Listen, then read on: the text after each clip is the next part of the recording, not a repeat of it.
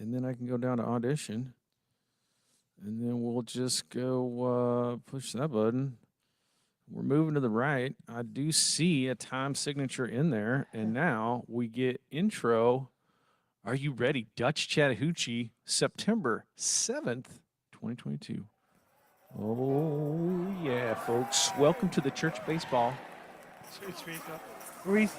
This is where we speak the baseball gospel. Bring the gospel of baseball.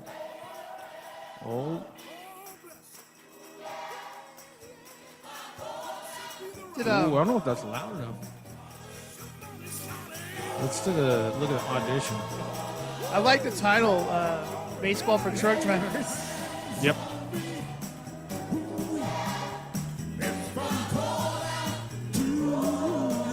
Oh, yeah. You get too loud. There it is, folks. Welcome to the show. I am calling it Baseball for Truck Drivers. Hear me out on this one, bud. Hear me out on this one. We're gonna do some live streams. You know, from location on location. I think they call them remotes. I don't know how that all works. Remotes, yeah. Get ourselves a T-Mobile thing, and I started thinking. I'm looking at our numbers.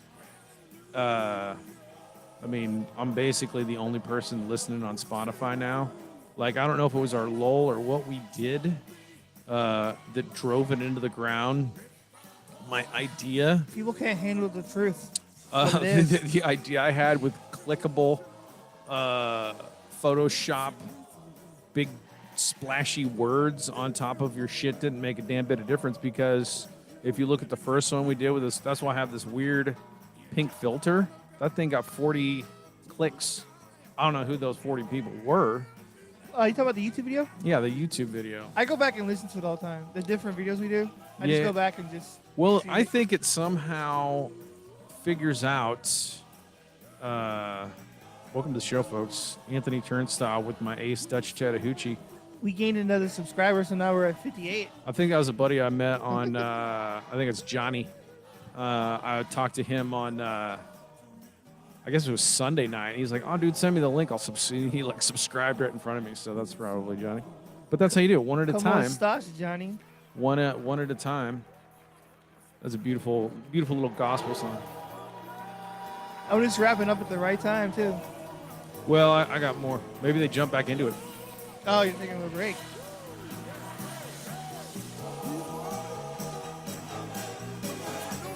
They're still going. They're still praising.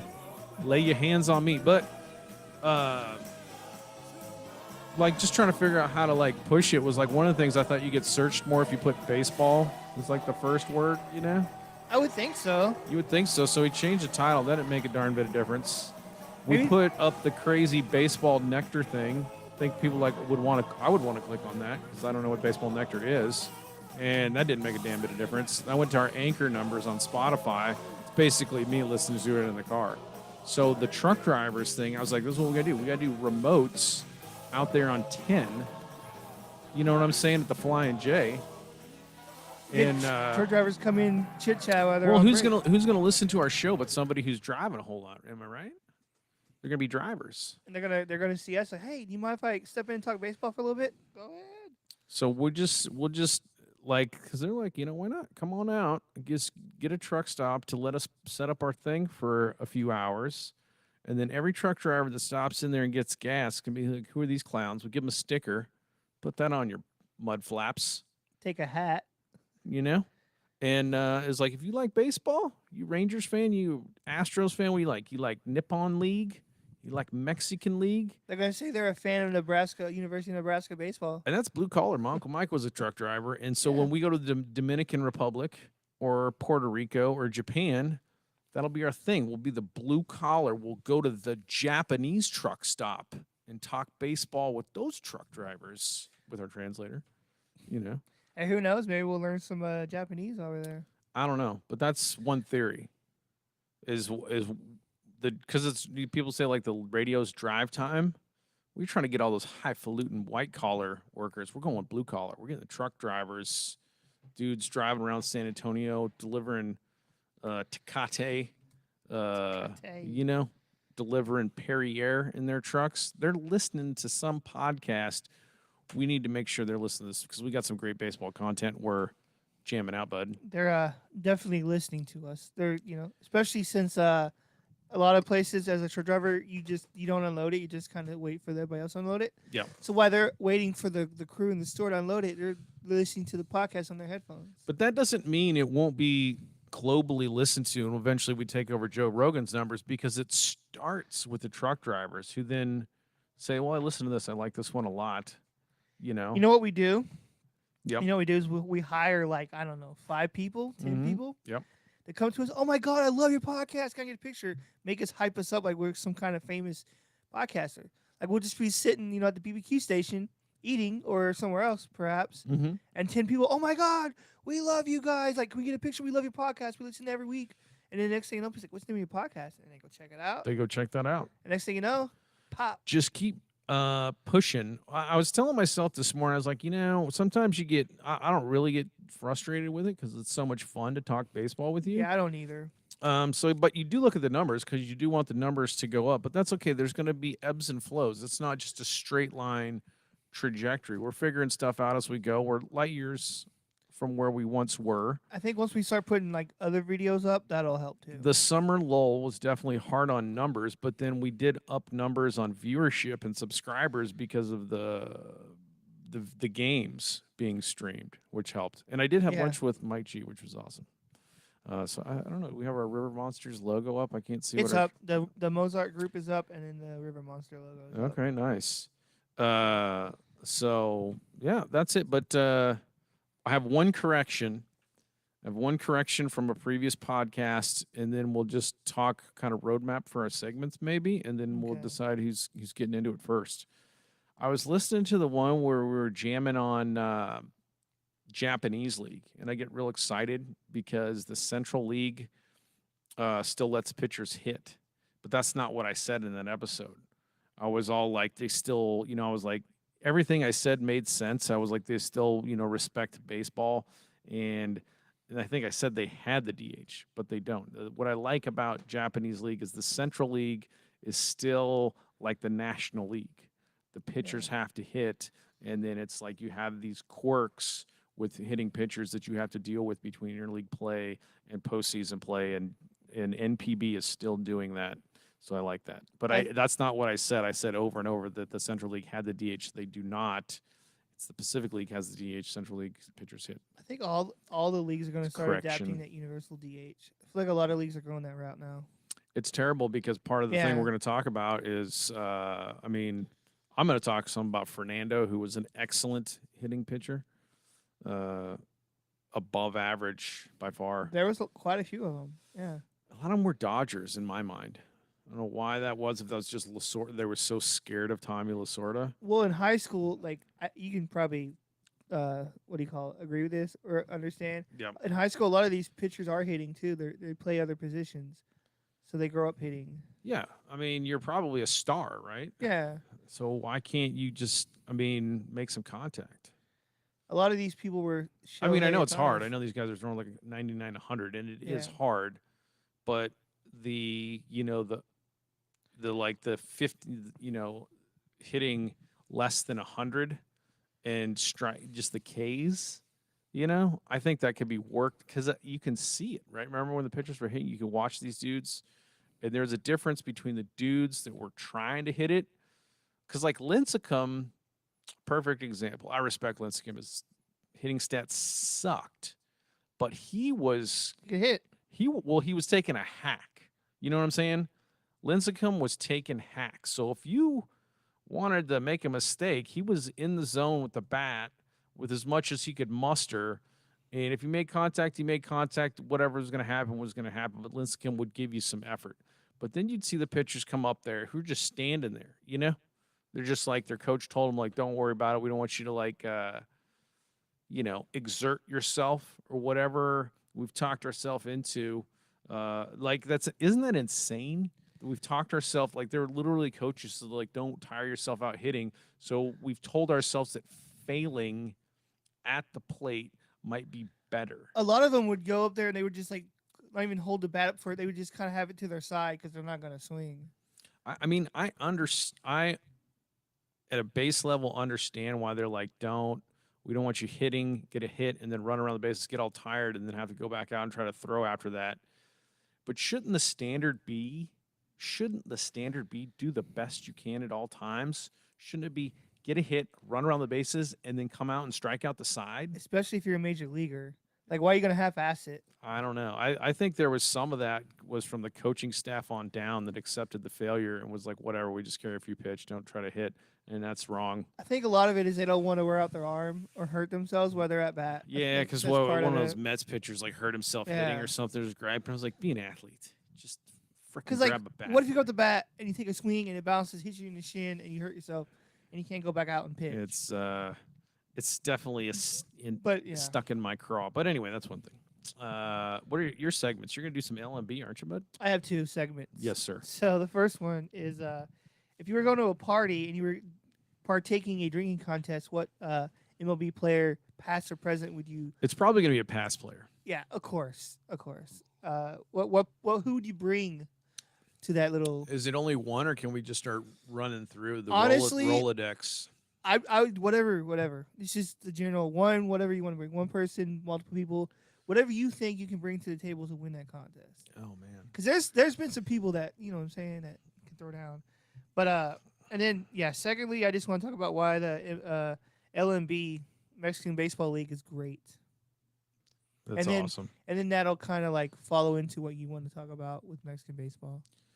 So Random, I write stuff down to think about it because I don't get my segment sheet. So on Friday night, I was shooting. I wasn't shooting. I was in it because that's how NVC, the greatest community college in the world, works. You make friends, and then your friends have projects. Say you want to come help with this, you want to do that, and you can cast your friends as parts in the movie, and that's what it was. Alex, the amazing musician, Alex Tabor, and he had me in one of like short film about a month ago, and then I met a buddy of his at that, Ethan, and Ethan wrote a script about this kind of like alcoholic love story thing, and he's like, "You're gonna be this cop in this bar who like punches me in the face after I mouth off." So I went out down a Poteet and we filmed this thing, which was awesome. And where it was, and this is getting to a point of a baseball player and kind of a cool baseball story. So he's like over here at the end of this road in Poteet. And then he goes, "Where are we filming the bar scene?" He's like, "You see that barn over there?" Yeah. Inside that barn, he converted that into like a country bar. oh shit. I was like, "So is that just like a bar? Like everybody around here knows that's the secret underground bar?" And he's like, "Nah, the dude just has a lot of friends and they just like come over and that's their bar." So, Also, it's an actual working bar. well, no, I mean, it's got like a bar, it's got Okay. like tables, and I he thought it was like a just, set design or something. no, he's just like, but it's not like open to the public. It's just for his friends, and he's got a lot of friends. And then he has like an indoor bar too. Like he made out this like man cave bar with a pool table. It was sweet. So anyway, uh, we're just like milling around, getting ready to shoot this like bar scene, and he's got a couple of his like cowboy buddies there, and I start talking to him, and the one dude played minor league baseball, and his name was Richard Santos. I got to pull it up. He played, if I can find it.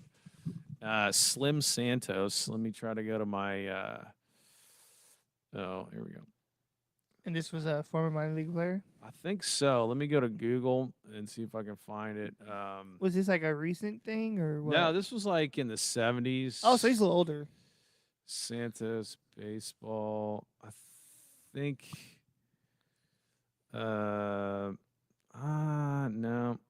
I thought it was Santos. He's the best goddamn player from I Poteet lost of it. all time. Maybe I put in Slim Santos because that's what he went by, Slim. I thought it was Slim. He's from Poteet or what? Yeah, he's from down there. Doggone, I could. I'll find it later in the show. But so Slim, he played. I forget which organization he was in, but a couple years of minor league baseball, and he went to spring training. I think it was with. How was he with Milwaukee? But he played in Alexandria. But he faced Bill Buckner, who's a really good hitter. Okay. And struck him out in spring training on 3 pitches. He struck out Bill Buckner? He struck out Bill Buckner in spring training. Okay. And He also met, because this is getting back to your point, who did you drink with? He met the clown prince of baseball, Max Patkin. Max Patkin makes an appearance in the film uh, Bull Durham, but he was like a legendary funny man who would go around to minor league ballparks. And I'm gonna see if I can find Slim's number. But you go ahead. So I guess I can go in the You can first go in, or segment. you can just riff, or whatever you want. I just like ran. Oh, but for other things, I was gonna do Fernando, Slim. I like going through Twitter because there's a couple interesting. They're really funny to me, anyway. Japanese League home run. I just want to kind of cover Dodgers, truck stops, MILB Hat Billy. I kind of want to give a shout out to that guy. Uh, he's out of our league, but he was cool enough to follow. You know what I'm saying? And he's got some really cool videos. Oh yeah, that guy. I remember interacting with him on Twitter. Yeah, he had a really. I watched a couple of his videos because they're long, and he puts in some really funny. Like he's real deadpan in his delivery, just kind of like real straight. But the way he writes his lines, he always puts in. Uh, he's got some really funny one-liners. He puts in there. What do you say? He said something about like he was talking about Lowenstein and the Orioles. Oh yeah, Uh, that's the one. That was the one I saw. yeah, and he was the funniest player. And he goes, he was talking about Earl Weaver was kind of one of the first managers to really platoon most of his lineup. He's like, he'd do righties would bat against lefties and lefties would bat against righties. And so dudes were just basically playing a half of a season. They just Yeah. didn't play every day. And he was talking about platooning. And he said something like the movie Platoon hadn't been released yet, so nobody could watch it in the clubhouse, ironically, which I thought was like a funny one-liner, but the way he delivered it. So, but that's a good channel if you're looking for baseball. Check out Earl Weaver is MILB Hat Billy, legendary stuff. Earl Weaver's my favorite manager ever. We might have to play his manager's corner again. Between him and Lou Piniella, I don't know which one was more aggressive with their words and actions. I don't know if Earl Weaver was aggressive as Lou Piniella. You know what I mean? Like, did Earl Weaver throw stuff and kick stuff and like? Because I remember this one time I saw this video of Lou Piniella. He walks up to the first base. He takes the plate and just throws it like the first base. Yeah. He takes it out and just throws it. I was like, that's awesome. And he would always kick dirt and stuff too. But No, it was Richard Santos. Santos baseball reference. It was him. He played a couple years in the minors. Here we go. Richard Santos. I think this is him. Yep, Victoria and Alexandria. So I'll pull this back up. oh, wow, he has his own little baseball reference. Dude, Yeah, there's nobody that's not in baseball reference. it's everybody's in there. Yeah. I found some really interesting stuff, but this was the guy I talked to right here. And you're in there too. Victoria That's in the crazy. in the Lone Star League. Yeah, my one season, half of season, A ball, and it looks like that's with. I'm not sure who he's affiliated with. If it says how he got signed, because this looks like it's A ball for somebody, but I don't know what organization. And then Alexandria, but he was saying a couple of interesting things because the guy lived it and reported to spring training. And he goes, they would move you around a lot. He goes, dude, I went up to like Bellingham or something, which is, Washington? yeah, it was Oh, with, shit. oh, no, he was with the Mariners. Oh, wow. He was in the Mariners. And he goes, I went to Bellingham and I just sat up there for like 3 weeks. I never pitched an inning. So it doesn't show up in baseball reference, but he was like, and then, so one of the things they would do is they would put together teams, and I think it was the Pioneer League in Montana, he said, where each major league team could send 4 guys to that minor league team, and like a couple of the teams would just be a pot roast. It would have minor leaguers from like 7 or 8 different organizations on that team, and you could only have 4, and they would play around the minors. And it wasn't necessarily an affiliated team; it just was a bunch of dudes getting reps. It was kind of interesting Staying talking to warm. him. Yeah, he had all kinds of great stories. But he met Max Patkin, who is definitely a dude I would want to drink with. To your point, but I digress. But those are some of the things I was going to talk about. But let me give you some intro music. Do we want to like turn down the lights in the stadium And then, Dutch Chattahoochee's coming in with some baseball segments right here. This is my walkout song. 'Cause this is, Like I'm walking out to the mountain I don't now. know if people are ready. Little known fact. Dutch, myself. Yeah. I was a reliever once. Nothing special, you know. Filth. But I could throw a ball. You know what I mean? Wait till we get the stat tracker. Yeah. You're gonna see my heat coming back. My shoulders getting loose. The Gator. Texas Gator. You've seen me throw that in the batting cages at the what do you call it? D-bat. Oh, Powerful. sorry. I jump in. You know how my brain works. Did I mention Luke Malone has another year of eligibility at UTSA? I thought he was done. I didn't know that. That's cool. I think that's what Sammy Diaz said Okay. when we were coming back. Oh, you know what? That's right. We're going to the Yeah, we were donuts. dropping Yeah. off, and Sam was like, I don't remember know, that now. but Luke Malone has another year of eligibility, and because Major League Baseball heads are so far up their rectuses, I think I need to fade that out slowly, classily. That's good stuff. He's going to get drafted, I would think. He should get drafted because he's awesome, but if we get one more year of him with Hallmark and Slam and Sammy Diaz, Playoffs. you got to go. We got to go out to the bird bath and catch some games. Hey, now that I'm I'm a little bit freer, more free. I don't know, my grammar's shitty. I can't talk. But I'll be able to go to So, more games. That's definitely get the UTSA chops. They're going to be doing fall ball right now, but I think that's awesome. Get out and see some Malone starts. So watch some. And guess what? I was at Mike G's house, and Hey, look at you. Hallmark called him while I was there Oh, because we did. We got like Fisher Kingsbury and Drake's. I think we got Drake Smith. We got some UTSA guys right at the end of the season for the River Monsters. We started getting some pitching, and the deal is you can only get like 4 from one college Oh, okay. in that league. So Hallmark was just touching base saying, yeah, and Mike was like, absolutely, we'd love to have UTSA dude. So River Monsters should get 4 UTSA guys next year, and that'll be awesome because we are Roadrunner fans here in San Antonio. It'll be like your friends playing. It's awesome. We get and this is the year of vengeance because of the hose job last year. Oh yeah. Do you think that they're gonna have that like part of the season? Like they're gonna remember.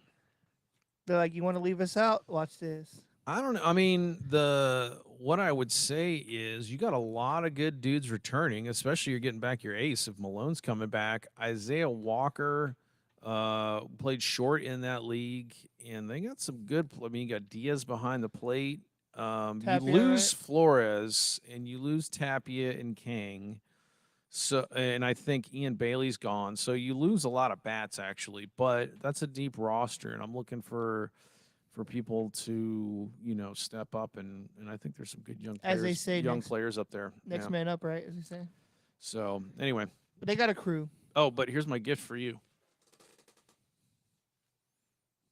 Shit, my dad says this is the funniest fucking book I have ever read in my life. But it's for you, bud. I give it as gifts. For me? Yeah, I buy the shit out of it, and I give it to people. And Len Bothard liked one of our tweets or something. I just opened this up. I'm just gonna read a random quote. Yeah. He's like, my dad talks to everyone, no matter his or her age, as he would to a 45-year-old psychiatrist. So I had a pretty good idea how this was going to go. It's so good. Halpern's genius. Well, I appreciate it, sir. This I will mean, definitely a be a read. lot of us have crazy dads, probably, but Halpern's dad was definitely a hero to like millions. He was a pretty awesome dude, but definitely hard on his boys. Like I'm sure the shit that didn't make it in the book, but to also crystallize that with the sort of humorous takes that Halpern does is truly a gift. Truly a gift, literary gift to the world, in my opinion. So anyway, I hope you enjoy it. I know that you will. It'll definitely be a great read, especially since like quotes are great, So fucking and funny. so So funny. even on the back it says shit shit they'll be saying about shit my dad says. It's so good. All right, let's close this. I don't really even know what the. We can hide this. But yeah, I talked to Richard Santos of the Mariners. Unbelievable. And I got my Saltillo LMB. Don't watch Major League Baseball. Why would you ever watch Major League Baseball? The owners and the executive at the offices of MLB have made it abundantly clear that they do not care about the art or the love of the actual sport, and that to them they are making widgets. They're MLB, making computer chips. It is a bottom line business. to quote the band. Hold on a second. The band is I can't think of the band right now, but to quote their song that uh, the invisible hands of the MLB are meddling. Oh, and here's another one. So Because I got to get all the kind oh of like the fucking Isotopes. There we go. That's who sung that yes, song. There we go. Isotopes. I was like, that's that song title. Who sings that? Oh yeah, Isotopes. And the other two shout outs are we're still gonna track down Jose Gutierrez because he is awesome and he knows a ton of shit about hitting, and I want to catch up with him and see what he's doing. And I think he might be coming back to the River Monsters next year, which would be great.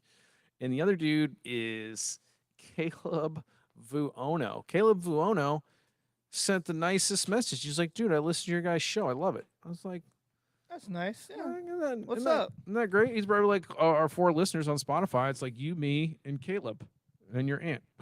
My wife Samantha, she listens. Yeah. So thanks to Caleb Vuono. What a class act. But all his compliments, man, they feel good. Because, like, we're making it because we love baseball. But eventually, hopefully, more people will listen. And He's like, those are baseball guys. I like those guys.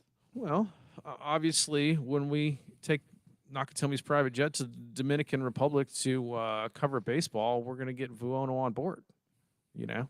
So you got to keep track of the supporters. Speaking of Nakatomi, you know what he let me do? Wow. He let me drive the golf cart. Get the fuck out of here. We were playing golf. He let me drive the golf cart. How Finally. blitzed was he? He never does that unless he's really into it. He was barely alive. I'll say that. He was on the brink of death. What's that quote? He was circling the drain. He was like right there. Let me guess. 1 o'clock tea time. 12:30. If you get him after lunch, he's already had like 3, and then you get through 9 holes, he's gone. I was kind of scared. That flask he's got is not normal size. Look how wide his flask is. It's way big. But you know what's in there, right? It's like super high dollar scotch or brandy or something he gets from Ireland. I don't know. what I heard, I don't know this to be true, but I heard from just hearing the random chatter on the golf course, it's some kind of like super sake. Oh, sake. And it's like, regular sake, whatever, but this is like super sake. So he turns into like Super Saiyan, I worry about his liver, but one of his he's a grown man. One of his PAs said to me, he's like, dude, once he gets done with all his business meetings, he's like down in the sack by like 7 p.m. anyway. So I guess for him, that's like late evening if he's drinking at lunch every day. But we love you, Mr. Nakatomi. He listens to it and gets the show translated more often than not. I'm not saying he listens to every show, but if it wasn't for him, we would have the number one benefactor. So we can't do the show without Mr. Nakatomi, that's for sure. Thanks again to the 97.9 The Cat. But Caleb Vuono, man, appreciate that. And I keep cutting you off because I keep thinking of the things, but I got to spit them out, or then I forget it, and then it eats me up all week because it's like, oh, man, I didn't mention MIL Hat Billy or that Caleb Vuono said something nice. So sorry about that. Sorry to interrupt you there, Dutch. Caleb's a nice dude. So, like I said, Let's like get you your said, graphic up. I appreciate any time someone says they listen to the right? show. That was just somebody, not like people we know, but just somebody like out of nowhere. Hey, by the way, I was like, what? You know what I mean? Let's get the Dutch Chattahoochee graphics up, That's what we need right here. I guess I got to go like this then. For the Dutch Chattahoochee segment, I need the Dutch Chattahoochee. Bam, right there, like that. Oh, I got to move the Mozart group. I have 2 overlays. One's in OBS and one's in Restream, so I got to move Mozart group. Right? Restream, I think Restream. I like Restream a little better. I think. Yeah. Because I think it has more options as far as like how you can manage your graphics. I think I do have a Mozart group loaded in there, but I can put up 2 this way. Yeah, it's up there. All right. The Seguin River Monsters and in the Mozart group. They're up in the upper right hand corner. They look classy. They look professional. I like our filter. I don't know. This filter got the most clicks, so I'm just going with it. I don't really know that people listen to it the whole time, and so I think hopefully they're streaming on Spotify, and you know, Just we're, we're, throw we're gonna get our truck stop. We just got to find the truck stop. It's all about a location agreement. what and- you do is you put up some random Mack truck logo on there. Yeah, Someone's like, "Oh, what's that about?" That's a good Oh, idea. shit. Rush, you know, Rush Trucking or whatever. Like they're No. big There's all these logistic companies, but I think like they have a headquarters building right up there in New Braunfels. So there's a lot of trucking around The here. truck lifestyle is very interesting. Well, you're your own boss in many aspects. I want to talk to I want to have a legit interview with a truck driver. Well, they listen to tons of like people think. I think that it's just like America. There is people like, well, they're all like, you know, whatever the political crazy. It's like, no, dude, my uncle Mike was a hilarious guy, middle of the road politically, and you know what he loved to do when he wasn't truck driving? He'd go have fun with his buddies, and he worked on cars. He would make those like big, like mud stomping dune buggies and trucks, and like take them to like off-road things and win all these trophies for just like off-road trucking. And dude, Uncle Mike was a legend. Without truck drivers, America would come to a halt. It would. I mean, 'Cause it's not. I mean, They literally are hauling the supplies that we use to make and do what we do. Tesla's making those electric trucks in Texas, aren't they? I have no idea. I don't pay attention to Tesla. However, though, they have what is it? Their SUV, the Cybertruck, whatever it's called. Yep. Oh, that maybe that's good. It made in looks Texas. so badass. It looks No, it's futuristic. just it's like an SUV looking thing. It's called like the Cybertruck or something. Dude, let me see if I can pull it up. Yep. But okay, a lot of I'm people. gonna Venmo the wife some money because I forgot to do that. A lot of You people think pull this- up that Cybertruck. Well, I got to pull it up on the graphic over here on this thing. I can pull Okay. up the Cybertruck. Yeah, look at it. Look at it. It's called the Tesla Cybertruck. I want this so much. Like I don't even know if it's out yet or if it's coming out. If it's a prototype, but dude, it is. It's fucking sick. Like, Images, the Cybertruck. tell me that's not cool looking. It looks like a Hot Wheel, right? Like a giant Hot Look Wheel. at that thing right there. Let me go to the OBS and get the graphic up. Like I would drive the fuck out of this thing. I think most people, like I've seen. Oh, there we go. That's what the Cybertruck looks like. What do you think of it? What's your first impression? I mean, it looks weird, but that's what you want. Why would you want your Tesla stuff to look like just another SUV on the road? Your Tesla, right? Well, So for me, what I like about it is like it's unique. Like you haven't like you don't see. you're definitely showing. Like Yeah. I've never seen one of those around San Antonio. The first one I see, that's a huge flex. You're like, what? That dude actually has Like, one. You But know, but what's cool is like dude, there's no fucking vehicle that looks like this. it's crazy. And plus, I'm a huge like cyberpunk fan, the video game, Yeah. and it looks like a vehicle that would be on that game. So that's probably another reason why I like it. Like it just looks futuristic, right? Yeah, it looks awesome. Can you imagine when I roll it with that thing? Like, damn, 3BGB's made it, dude. That's just got a Cybertruck. Yeah. So we'll get into trucking because, like, honestly, we could once we run like Nakatomi is funding it, and I got to go back to work and all that stuff. It's like it's gonna be truck driving or working at a trucking center, He told me I have a spot in the yard if I want it. like loading, No, like the steel plant. just moving the trailers around. Oh, You know, because the- he has like 2 steel plants or something in northern Japan, Yeah. and he's always up there. I think his main house is up there. He just comes over here like I don't know, just for the oil stuff. probably I don't know. because he's here, but not like a shit ton. You know? Well, it's like almost every other week we're playing golf. Yeah. He pops in. I ask him like, how does he make his money, and can I have the like secrets and tips? And he just tells me no. I don't even think he knows. It's so large now. He does. He knows. He has like so many vice presidents and execs working for him that it's just like I don't think he can keep track of it. He does. He comes off as this guy that doesn't really pay attention. He knows. He keeps track of his paperwork, his finances. I don't think you can get that large and successful unless you have a lot of really awesome people working for you, and he's just good at. Maybe that's why he likes us because he can see this. He can see the potential we have. Here's what I just came up with. Not a quote, but a reason why he's successful. Mm-hmm. All successful people at some point have to be an asshole. Oh well, he certainly can be. Do you agree with that or not agree with that statement? Yep, you got to bring the hammer down. At some point, you have to be an asshole. Can't be a nice guy all the time. Not necessarily you had to like, what do you call it? become an asshole. You don't have to be an asshole But all at the some time. point, you have to You gotta insert have that your values. You gotta stand your ground, bud. because if you just go somewhere and they're like, "Oh, we don't think you're that great," no, I'm great. Like, let me show you what I can do, and Yep. that's how he was. But You gotta stand your ground, bud. that's just me. Well, that's good stuff, buddy. Let's get into the Dutch Chattahoochee. Do you want any more bump music? You feeling gospel or Let's do what do you want? this one. Hold on. Let's do this one. I'm gonna do this one right here. This one right here. This is slow lead in. All right, man. Give me some segment one, man. I've already done All two right. bump musics and I love it. And I keep cutting you off. Let's set up the like scenario. I do. Yep.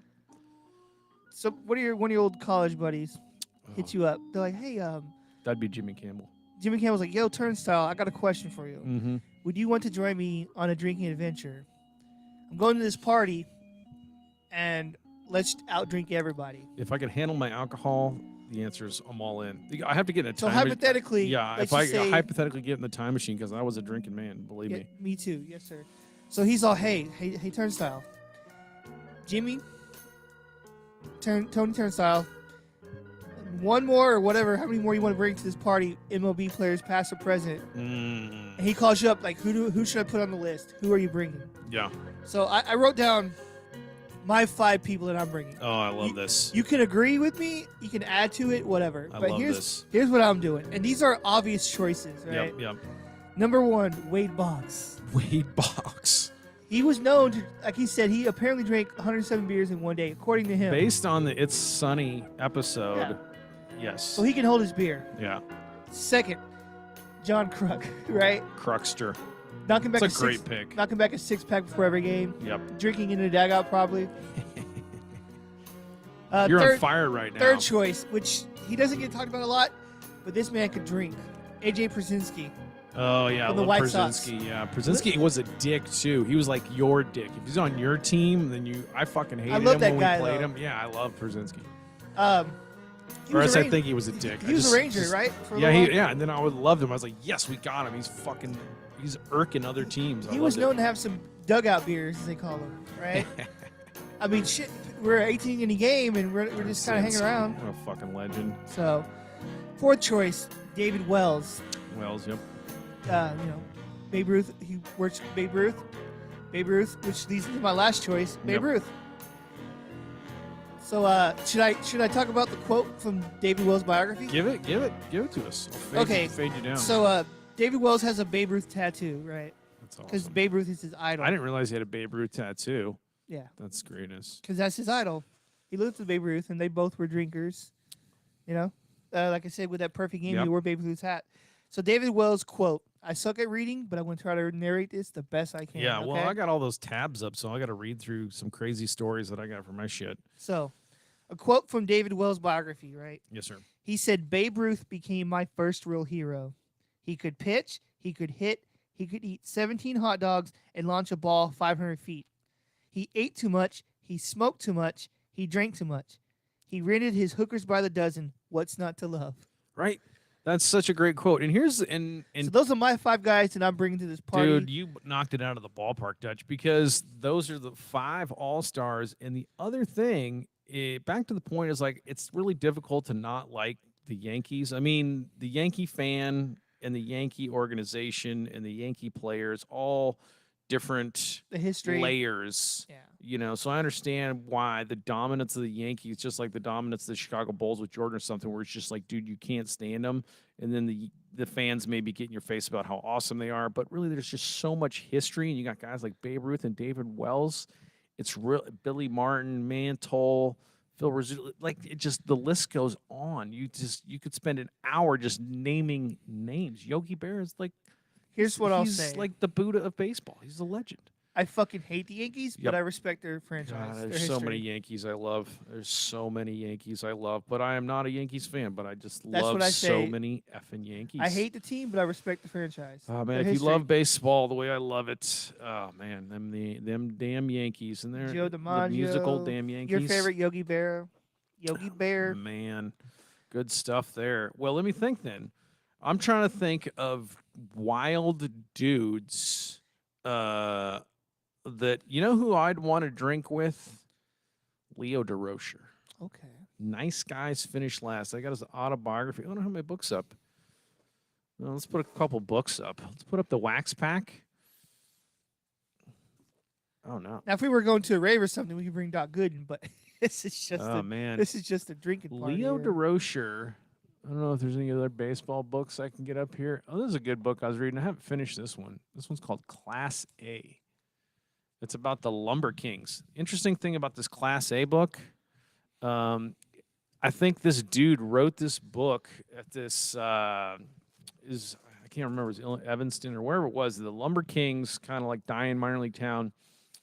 Mike Trout went through that league, and he watched him when he was like an A-ball. He's like, dude, this guy's way too good. This guy's way too good for this fucking league.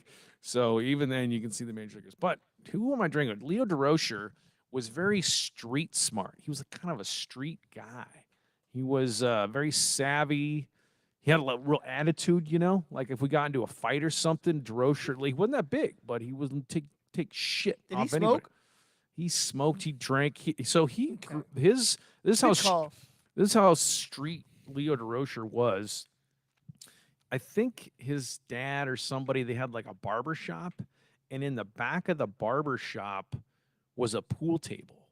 And as a child, he had a milk crate that he could push around. Like I'm talking like a 4-year-old, 5-year-old kid. He'd push the milk crate around so he could stand up on it and shoot pool. So obviously he was like this billiards prodigy. And if you wanted to like a game for like pool hustling, they're like, play the kid. So when he's like a fucking 12, 13-year-old kid, he was just hustling grown ass men for tons of money. And he was just making bank. Like he was always ahead of the game, that DeRocher guy. He would be an interesting, and he was a baseball lifer, you know? So this guy is he drove to a drinking party like, oh, we gotta outdrink this whole party. Walks into the cigarette, puts it out. Watch this, right? Yeah. Okay, so here's the next one then. This goes back to your last episode. Because this is like in another time for me, right? Because I just can't do it anymore. But back when I partied, I fucking partied. Okay. Okay. Doc Ellis, right? Ooh. Give me some of those fucking shrooms, dude. Let's get down tonight. Let's go to another dimension. If you're gonna really go, just go all the way like Doc Ellis did. He's gonna be high and he's gonna be Expand knocking your back mind beers. like Jimi Hendrix. What's that? I said, while he's high, he's just gonna be knocking back all kinds of beers. No problem. Well, yeah, I mean, psychedelics are getting more run for mental health, but Doc Ellis would be one because he was, with all those legendary Pirates teams, he's a pitcher and definitely an interesting dude. With the perm. With a perm and the little curls in his hair. Yeah, that would definitely be one. I would like to do Doc Ellis.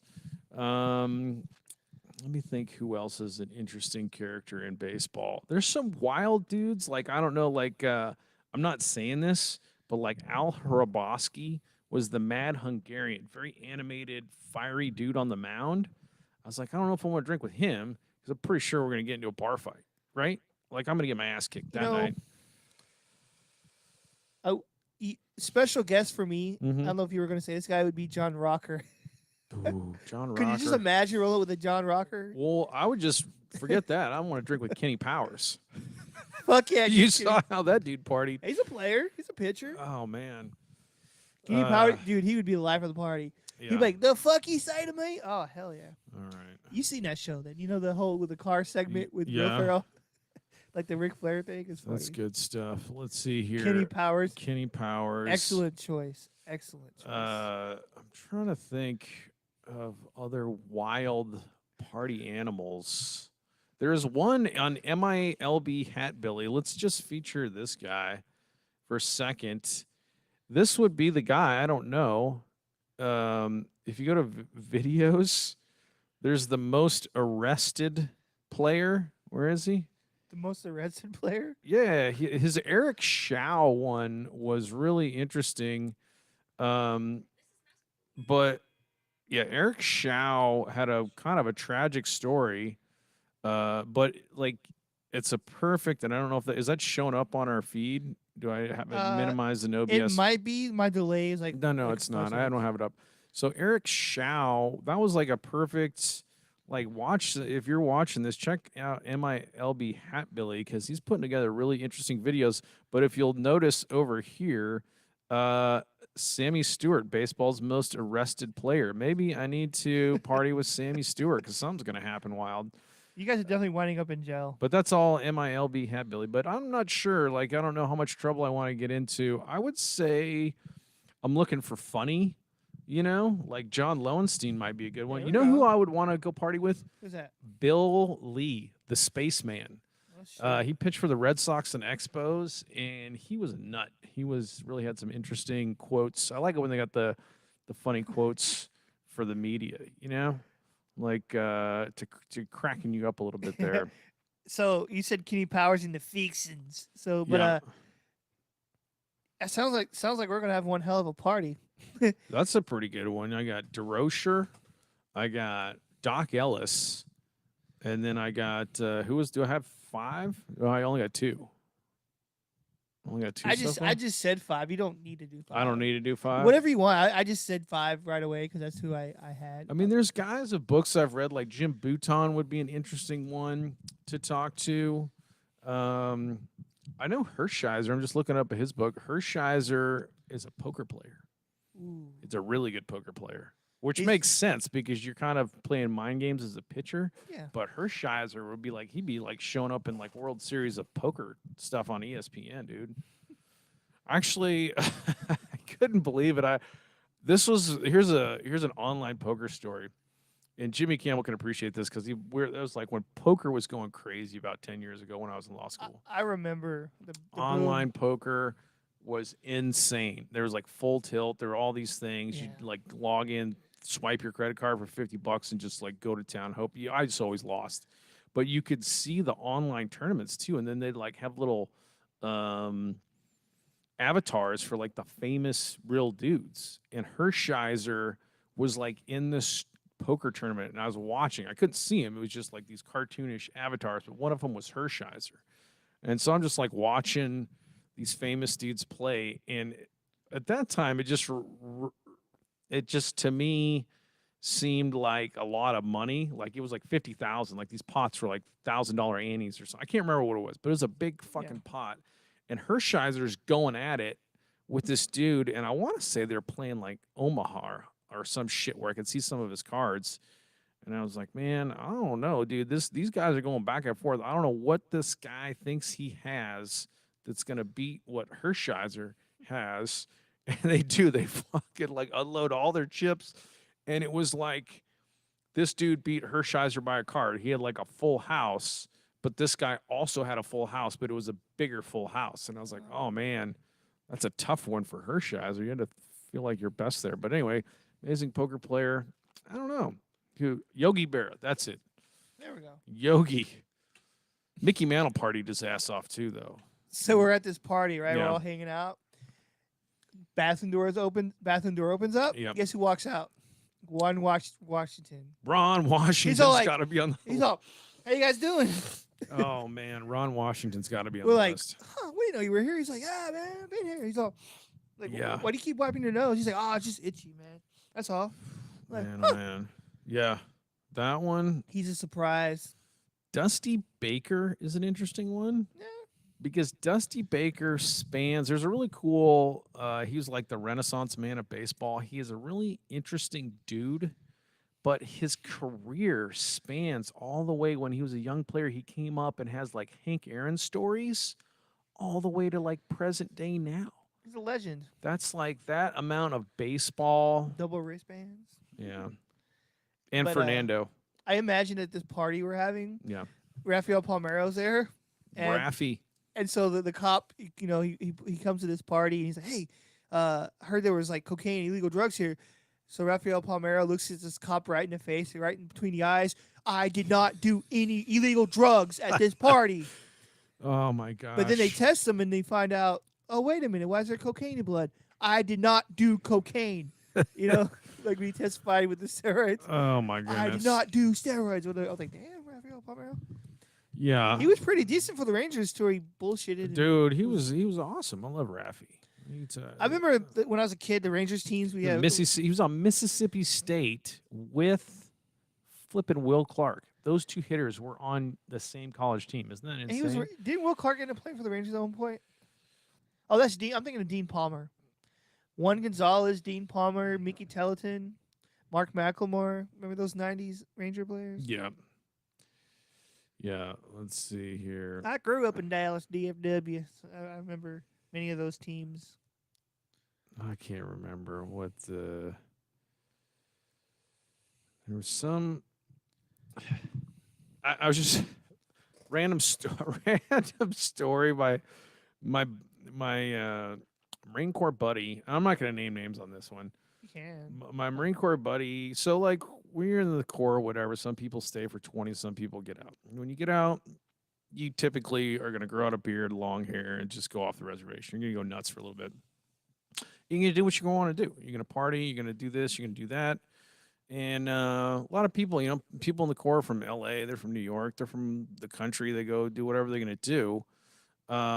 And I love the Corps, but it's like, it's pretty straight laced. Like if you're doing it right, you got some real hardcore values, and you just do a lot of things by the book. You definitely think outside the box tactically, but there's a level of discipline there. So, like one of our buddies, like I got out after a while, another buddy got out. He went to like LA, and he's doing like all kinds of crazy stuff out there, like running security and things like that. But then one of our buddies, Kenny, was in, and I forget how it happened that got they got together in LA and were partying in this hotel, this like famous ass hotel. I think it's like the Plaza on Sunset Boulevard or some shit like that. It was like Sunset Tower. I don't know. It's Sunset Boulevard already has a history. like I've read some rock and roll biographies, and this hotel's in all of them. It always fucking shows up. There's always some party there or some shit. Like all the rock stars have stayed there. I don't know if it's the the Hotel Bel Air, whatever it is. But anyway, this is where the party is. They got a room. They're all up there fucking partying. It's a fucking plate full of blow, all this cocaine, and Kenny shows up, and it's just like he's still in the Corps. He's still in the Corps, so he's in that mindset. But I was like, dude, you got invited to a party with people doing the Hollywood thing. Yeah. Like it's not your party. Like you're just a guy there. And I know that cocaine is illegal, and I'm not supporting cocaine use, but you can imagine the reception after he took the cocaine and flushed it down the toilet. He did this for real? Yeah, because he's hardcore. He's fucking just being a straight-laced good American. And he was talking to me. He's like, man, everyone got fucking so pissed. I wasn't allowed back in the party. I'm shocked you didn't get his ass beat. And I was like, yeah, bro, I don't know. He's like, I did the right thing there, right? And I was like, you know what, John? Just yes and no. Yes and no. Just different answers for different people right there. But that's hilarious that you, like now, like at the time, probably wasn't funny to any of those people. But to me now, or when he told it to me, I was laughing my fucking ass off. I'll say this. Yes, you did the right thing by disposing of illegal drugs, but no, you don't touch someone else's drugs. That's not a good thing. Guy's a fucking Marine. He's an American hero. Don't do cocaine. And John Kenny was fucking helping those people out where they realized it. I think that's fucking awesome. The fact that he rolls up to a Hollywood party and just takes these. But it was a classic. They're in this like famous rock star hotel, and everybody's doing blow, and then the Marine shows up, flushes down the pool. They're fucking Semper Fi, bro. Is that the people that go the hoorah thing? Well, there's a big difference now. There's a hoorah with an H in front. So who of is it. that? That's Army. Army will say hoorah with a huh with an H in front of it, not to be confused with the Corps who says oorah. Oorah, okay. Oorah. Because I've heard it, but I wasn't sure what branch of the military it was. Yeah, it can get confusing if you haven't ate the shit in the Corps. But I love the Corps, and I think that's a hilarious story. God bless it. I maybe did name stand, but nobody listens to our shit anyway, so it's just fucking hilarious. And whoever does will probably get a kick out of it. They'll laugh. And Kenny, he's a fucking legend. That's what old person says, right? They'll get a kick out of it. If you have any questions about that dude's fucking commitment to country, I'll lean back now. Yeah. So anyway, that's a great topic. I'm going to spend the better part of the week just thinking about what other baseball players I want to party with. There's so many. You know, another one is Juan Berenguer, pitch for the Twins. He was very animated when he struck you out, and he was funny. And then I had a buddy who was like our coach in junior college, and he ended up coaching in the independent leagues. And Juan Berenguer showed up in that independent league.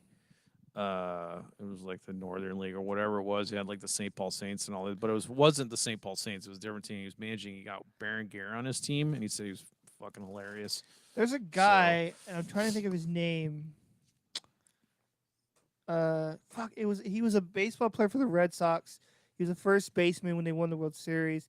He had a show with Kevin Rose on MLB Network. Oh yeah, Millar. Yeah, Kevin Millar, dude. He's was fucking, that his name? yeah, he's hilarious. Kevin Millar is great. Because I was trying to think of because he's an Austin dude, right? Is he? I didn't know he was a Texas guy, but he's fucking great. I love Kevin Millar. I might be thinking of a different person. No, that's him. Yeah, Kevin Millar. Yeah, I feel like he'd be a great person to party. Oh, he would be a great person to party with. Kevin Millar is He'd be the one drinking. like everything about the guy. I love his attitude. He'd be the one drinking and barbecuing. He's the one like cooking up the food. Yeah. He's like, come here, man. You know who's a Texas Baby dude? Q. I didn't realize it was a Texas dude. Was Adam Dunn. Adam Dunn was from around the Houston area, kind of where my buddy Jay lives. Oh, Kevin Millar is from California, but There I you think go. he lives in Austin or did. There's some kind of that tie makes there. that would make sense. How's our stream looking, bud? It's looking good. Should I go with a segment and then we'll go back to you? We'll see. Yeah, because my second segment was gonna kind of flow into yours because it was like why the Mexican League Okay. is good. Well, Was great rather. Let me do some. So I'm gonna do one segment of a couple things I want to show off Twitter, you should. and then I'll let you go to yours, and then we'll roll back into It'll flow into yours. Yeah. Fernandomania. Fernando. But there was some hilarious stuff on Twitter. If I can go to my profile and find the tweets that I retweeted. So there we are, Chris Sabo. I retweet random stuff. There's some really good. Look at this. Like, I got to pull it up on OBS. Nobody can see that. I have to share the screen. Like, what are you guys talking about? Yeah. But there's some really good stuff. Oh, no. On Twitter. Who's that? Phillies, not Phillies. Pirates guy there with the glasses. That was Ken Tuckleby. He's Okay. legendary. He looked like he That was guy, 130 pounds, soaking wet, wearing boots, and he just had filthy stuff. But one thing was a really funny. This is I retweeted this kid. He's like, he had his baseball career. He's like, fuck that, man. I'm joining the Corps now. I was like, hell yeah. Santa Pedro's, love it. Here's this home run I want to show you. Look at this. Is so great. This dude, look at his kind of like load, and then he goes oppo and kind of like holds the bat. And look at the pitcher. He's squatting down, like, don't go out of the ballpark. And now you'll get his reaction. He's like, whoo. Yeah. And it's got the Yokohama Bay Star. I think it's the Bay Stars, right? Or is the Dina Bay Stars? Maybe it's the same. I'm so dumb. But Dina, yep, Yokohama Dina Bay Stars. And you just get the psychological processing on that pitcher. And then look at this pose. They all pose for the cameras right here. They're like, wow. So great. So much to love about Japanese baseball.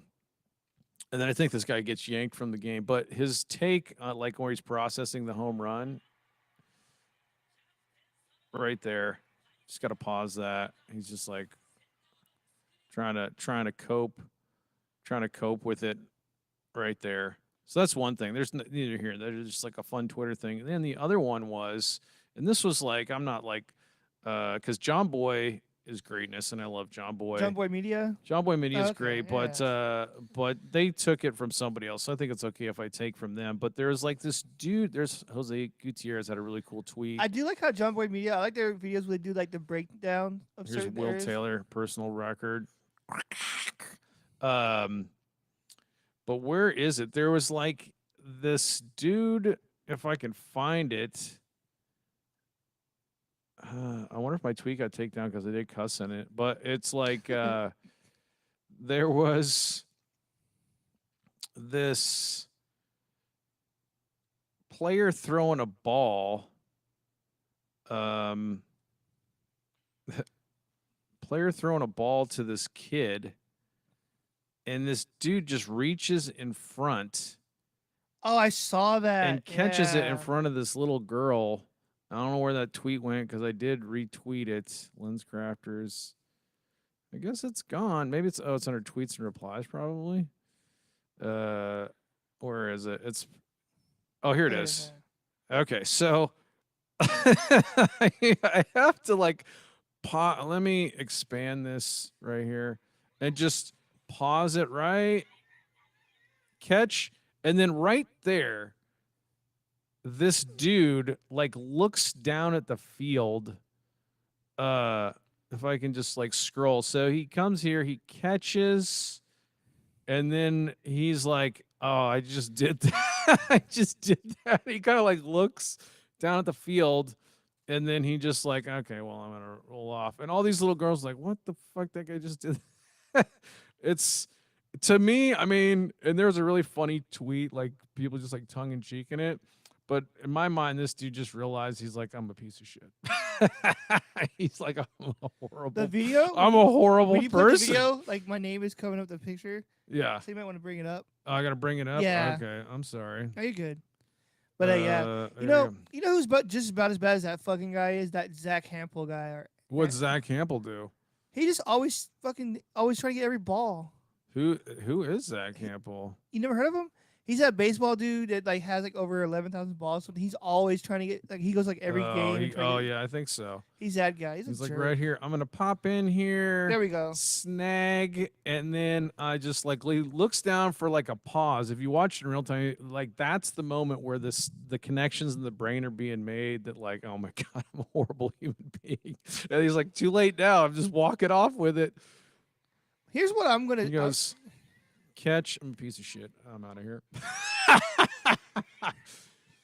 Catch, I'm horrible. My thing is like maybe when he was like he wasn't paying attention to his right. Yeah, maybe he was. And so like he just saw the picture. He didn't realize those were little girls. Yeah, and so he went to go grab it. He's like, shit, but I really want this ball. There's some excuses. I'm not sure if any of them are acceptable. I want to say that's what happened. But that could be what's happened. But those were the two things. That Japanese home run where you could see. But those are the two things. We'll throw it back to you, and then see this fucking guy. That's Zach Hampel. Zach Hampel living the dream. He's living the dream, folks. So and he was like bitching because he was like at a Colorado Rockies game, and he was like he had his area that he bought the ticket for. Yeah. He crossed over to another one to get a ball, and they're like, "You can't be doing this." Yeah. And he was like throwing a fit about it. It's like, dude, shut up, sit down. Anyway. Well. Once again, I'm not attacking him as a person.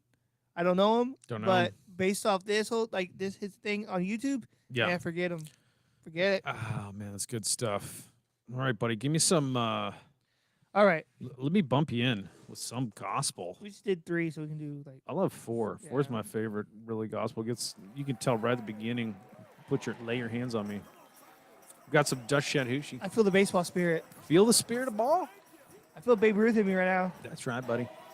Babe Ruth. Okay, so let's talk about why the LMB. Yep. Is great. There's so many reasons. The Liga Mexicana De Beisbol. Right? Yes. Number 1. And these aren't like based off like stats or statistics, right? Or legends or anything like that. It's just in general. Yeah. 1, the fans and the environment. Dancing. Yes. Dancing between innings. Constant. Just play Tejano. Everybody gets up and goes. Yes. It's a party, right? It is a flipping party. So unlike if you're because you still drink beer, the micheladas, so good. I'm not a fan of those. Well, I've had one in Mexico City, and it was everything I dreamed it could be. There you go. You had a good time. Best Second, time. Yep. Unlike MLB games at the Diablo Rojos. At the LMB games, everybody's involved. All the fans, everybody. Yep. It's a party. It's an event. You know, you don't get that with MLB. You get a lot of people in MLB who are just sitting there on their phone like that, not paying attention. No. In MLB, LMB, everybody. So that's fucking great. Like that is awesome. Everybody's there. One of the third reasons, the pride for the teams is unmatched. Yes. Okay, so That's why we need the expansion team in San Antonio. Because in LMB, the Mexican Baseball League, right? It's not like local; it's national. Like it's a thing, right? Where MLB is just national markets, right? Yep. Oh, like Rangers are popular in Dallas, but in Ohio, no one really gives a shit. But with the LMB, it's a national thing. Everybody cares about the Awesome. sport, right? It's the best. And another reason I think it's great is everybody is welcoming, right? They don't give a shit who you're rooting for. Yep. They're like, all right, let's watch together. Let's have a good time. But if you go to an MLB game, a lot of times like, oh, you're rooting for that team? Get out of here. Yeah. Like you go to like I don't know a Rangers game. I thought it was funny that when we went to Nelson Wolf, or at least the games that I went to, they don't know what the fuck to make of the. I mean, and I'm kind of with them because "Take Me Out to the Ball Game" isn't the catchiest song. It's just a tradition, and that's why we have fun with it. So if you're doing "Take Me Out to the Ball Game" at Wrigley, you're already how many beers in? That's just a Bill Murray singing it. That's just awesome. But if you've been dancing for like 6 innings to Tejano, and then that number comes on with its rhythm time, whatever Like, it's, what the fuck? what his time signature like, dude, that can't. You can't juxtapose that. You can't compare "Take Me Out to the Ball Game." "Take Me Out to the Ball Game" is only awesome if you have not been listening to. You just haven't heard Tejano for the last 6 innings. Yeah, You can't go. That's like it changes the mood. you can't do that. All you could do is say "Uno más cerveza." That's all Yeah, can- you that's just all because can like do. I was up singing it because that's what I do at every baseball game, One and more like beer. everybody around me was just staring at me like you fucking idiot. But I would dance with them to Tejano too, but it was not like they were just not into the But see, like "Take all Me Out to the that Ball Game," combined and I makes it so can't great. say that I blame them. No. Like honestly, you'd get the same reaction if you played Tejano for 6 innings in a Major League Baseball stadium, like at T-Mobile Park in Seattle, and then you came out with "Take Me Out to the Ball Game." It was like not as fun as the Tejano. It's just not. You're down there at the Trop in Tampa. Yeah. And they're like, huh. Well, you know what? That's not true, though. They have a few Latin players. So Yeah. I don't know about Tejano in general, but I'm sure if you played some kind of Latin music or. Love the Tejano. Yeah, it would be great. But yeah, dude, so the environment, the people, everything just makes it so great. You don't get that at MLB games a lot. It's great baseball. I mean, it's basically AAA, 4A. I mean, it's been popping off since what, 1925? Been doing it a while. Yeah, I love me some LMB. For the people that are still trying to watch Major League Baseball, and again, if there anybody executive of Major League Baseball ever finds this podcast, is like, here's a little news flash. If you actually went after our hearts with the love of the game, you'd get more of our dollars. But instead, you went after our pockets first instead of going after our hearts, and now you're like a little cheap corner hooker hanging out under the freeway underpass trying to get money from us, and you don't love us. That's what I'm saying. And one more thing I'd like to add that was kind of funny that I found when I was researching this. Yes. It's from like 2019, an article, so I don't know if it's still a thing, but 3 years ago it's pretty recent. So apparently, the league at the time was allowing players to pay equivalent to $5,000 US if they tested positive for steroids, for that test just to disappear. To make that test disappear. Those tests aren't accurate anyway. Who knows? Yeah. Who knows? No. So I just thought Lance that was Armstrong won all those Tour de France's. You can't trust these tests. There was like some, you know what they did? There was some amazingly fast female sprinter who was going to go to the Olympics, and then she popped positive for weed, and she didn't go to the Olympics. I don't get why that's a thing. Who cares? Are it's you fucking weed? Fucking kidding me? Smoking weed is not enhancing my talent whatsoever. It does not change the fact that she's the fastest person on the planet. And then you're gonna like not put them on the Olympic team. It's weed, dude. People are like, well, it's like we know it's not a big deal. It's just a disciplined team that they can't stay off of it. And I was like, this is the same BS you did to Ricky Williams, man. Learn from your mistakes. Ricky Williams is balling. I don't know why they can't not smoke weed, but just like you're not law enforcement, you're a athletic governing body. Make it not a big deal because it's not. And I don't even smoke weed. I'm just saying, like, I'm a sports fan and I don't give a shit. Ricky Williams now is balling in the weed industry. Is he? He has his own like farm and his little company set up and stuff. Yeah, that makes perfect sense. You know who else is doing that? Is Tyson, Mike Tyson. Just doing all kinds of business things. It's a great market to get into. Because like weed helps a lot of people. Yeah. Let's see here. I don't smoke it either, but you know. All right. Well, that's good stuff right there, bud. There's so many reasons. So those are the reasons why I didn't want to get into like stats and everything else like that, or the history. I want to talk about the good stuff, the fun stuff. Why And it they makes have it so winter great. leagues, so like it never Yeah. really ends. Like baseball never ends in Mexico And dude, they're so and pumped. like Central and South America. I was watching a thing on YouTube, a clip of the Saltillo team, Yep. the best team in the league. Dude, the team was down and they weren't going to win, but the fans were still like, yeah, you know. Saltillo. In MLB, they would have left the stadium, but they're staying there like, hell yeah, let's go. You know, they're pumped up. I just think it's great baseball. It's really good The baseball. personalities are great. The people, like I love, because I follow Saltillo on Twitter. Yep. They're always posting stuff. That's good stuff. Like pregame workouts Their during the game. stadium looks everything. really cool to me. Yeah. I don't know why, because remember I was looking at all those different stadiums, and I was like, man, that just looks really cool. I like how they have like their green everywhere. It's awesome. It pops so colorful, right? And then what's that stadium that has the gigantic outfield wall with all the sponsors on it? Technically, Saltillo has that too. I didn't Okay. realize it, but the Arcereros have that crazy huge fucking awesome. sponsorship wall. It is awesome. I love it. You don't get that in MLB. I don't know Like how I much said- one of those banners costs, but maybe we should get one. I love the MLB. Don't get me wrong, but the Mexican League is popping. Mexican League is the best. And I don't, to be perfectly fair to the MLB, I do know one Mexican League owner, and his name is Fernando Valenzuela, by the way, and I guarantee he loves baseball and he does want to see pitchers Was hit. that the guy from the Dodgers in the 80s? Yes. That He Valenzuela, owns the team. Okay. He owns the Quintana Roo in Cancun. And he's from The Mexico. Tigres. The Tigers. So, but I don't know. Like, I'm trash talking MLB, and the front offices and the owners really don't give a damn about baseball. But maybe it's the same way in Mexico. These dudes are just like, we're about dollars, and we just like it better because culturally the music is like more festive at the games, and it's just good baseball. That's It's just more fun. 'Cause Maybe you don't but, get that with like I said, I love MLB. I'm not trash talking at all. yeah, I'm just saying at games, like I used to go to Rangers games. There's so many people sometimes that are just there just to hang out. just to hang out. But at Mexican leagues, they're there to watch the game, Just to it's partake. awesome. It's great. Yeah, Because when the teams came here, dude, people were like going to me. I had the opposing team on, and they're like, "Hey, how you doing? This is awesome, right?" I was like, I had a great time. You're I'm not gonna do even that pissed at me, I'm man? gonna do that every year. Go LMB when they're in town. because when Samantha and I went, one of the days you could make it, I had my Saltillo jersey, and he didn't know it, and he goes like, "Yeah, I root for Monclova," and I was like, "Oh, I'm a fan of this team." He's like, "That's cool, no problem." I Yeah. saved my tickets.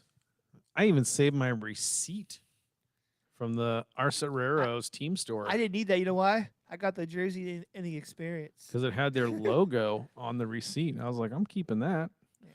You can't take that experience away from me, though. But it's I only a had that. 10-hour drive. Or no, it's not even that, dude. It's like I don't know. It's And I also it's last like night, 6 hours. I Actually. also last night I was watching this YouTube guy. I forgot his name. It was just like a couple of videos I watched.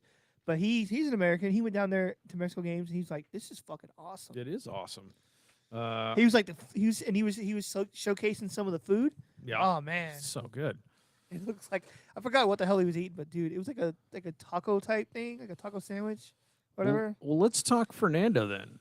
Let's do that. Let's talk Fernando Valenzuela because I was going to talk Dodgers, but it's just going to get too long because I really go down the hitting pitcher stuff, and I'm always an advocate because Hershiser was a good hitter, and I think a lot of Dodgers were hitters, and I was going down the rabbit hole, and I really went deep on the Fernando rabbit hole, and I don't know if this is up on our little thing yet. I got to go like this and show it, but Fernando is amazing.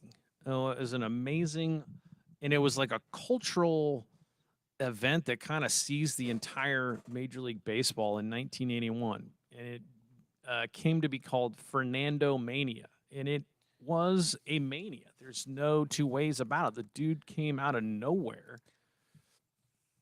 and was throwing shutouts, was 8-0, won the Cy Young and the Rookie of the Year. I don't know if anybody's ever done that. And the Silver Slugger.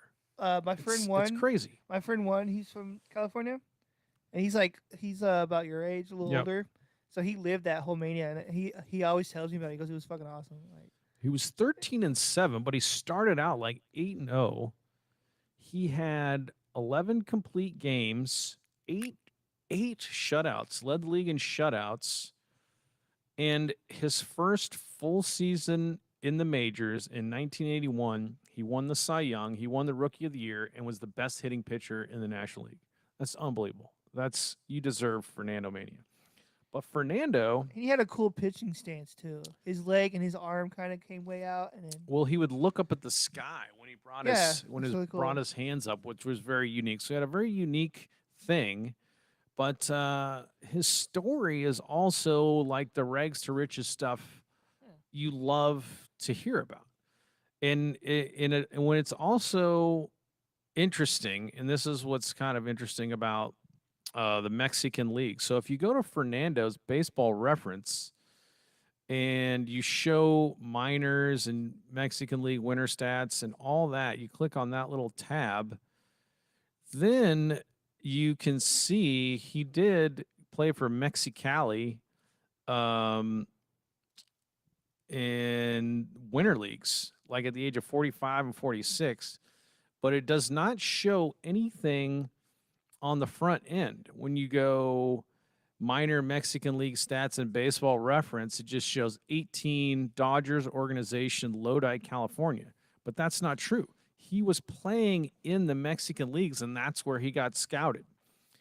He played for the Mayos de Navajoa in the Mexican Central League, and then they were absorbed into the Mexican League. And so, as an 18-year-old, and there was like questions about how old Fernando was really, because there's like maybe not birth certificates. He was the youngest, I think, of 12 kids. Oh wow. That's a lot. And so then he was an 18-year-old, and he was with the Leones de Yucatan in the Mexican leagues. And when he got scouted, uh, there was a longtime Dodger scout, Mike Brito, went to the game, the Leones de Yucatan game, to scout the shortstop named Ali Uscanga. Okay. And Venezuela started off the shortstop with 3 balls, and he's figuring you're going to walk him. Comes back with 3 strikes and strikes him out. And he goes, after he threw those next 3 strikes, I was like, I forgot all about the shortstop and was like, dude, we got to sign this guy.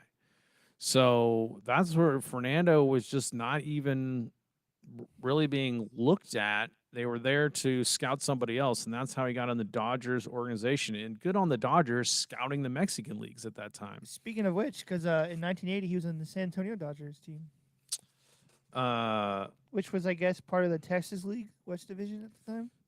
you're saying Fernando? Yeah. No, Fernando Yeah. came. Well, he played for the 19. Yeah, Yeah, 1980. yeah, the San Antonio Dodgers. So this would have been like 78, probably. Yeah, He was doing that, but he did come through the missions. which is kind of cool. Yeah, that is awesome. Think And, about. and there's some interesting stories, and I think it was like Hershiser, maybe another Dodger, where it's like we didn't realize how sad and depressed Fernando was when he was in San Antonio. He was thinking about quitting and going back to Mexico because he couldn't speak the language Okay. and he couldn't like tell like they were staying in hotels, and I think his like AC went out or something, and he didn't know how to tell people like my room sucks and I'm lonely. I can't talk to anybody. So Fernando had like a tough time, but Fernando is an absolute legend. And it wasn't like he had this like 20-year career where he's leading the league in everything. It was just like the kind of obscurity to superstardom in your rookie season was amazing. And then you add to the fact he's a left-handy who could hit with a crazy windup. This is all awesome. Everything was awesome. But check out, this is the town he's from. I can't even say it. Echo Haquila. Sounds like a That's pretty where good it is in Mexico. I pronunciation. don't know if that's showing up on our YouTube thing, but you can see where he is. It's way down in the Oh, Sonora. it's showing up, man. You can see it. It's showing, and then Yeah. you can zoom in on it, and so you can see this Navajoa right here is the town where the first team was, the first like Mexican League team before he went to the Leones de Yucatan. But his town's way out in the sticks out here. And I took Google Map dude and I dropped him on here to like, because I think his whole family was out there. And I dropped this little yellow dude right on the streets of Echo Haqualia to see, so you could see what Fernando's. I kind of like drove around with Google. I was like, is there like a billboard like Fernando Valenzuela was from here? But I didn't see that. But real small town out of nowhere. And here's the other thing. Check this out. because I love this. Is how I found the field in Victor. If you go to satellite on this one, I was like, if Fernando's from there, there must be a baseball field, right? Zoom. Look what I'm seeing right there. That right there, my friend, is a baseball field. Oh, I see it. I'm going to zoom it in some more. Starting to see some lines. There we go. That's where Fernando. There it is. There's the baseball field. You can see there's the mound. Home plate's down here. You got your foul lines. Pretty thing. And I don't know, that's might be dirt, but that could just be dead grass that comes in when it gets, a little bit of water. But I love looking at maps for baseball fields. And another random, like, sort of Dodgers connection, because this is like how we do our random stuff. So Vin Scully passed away. Very sad. Oh, and I didn't Venmo the wife. I need to do that. Very sad that Vin Scully, but he lived a long, full, beautiful life. He was one of the greatest announcers of all time.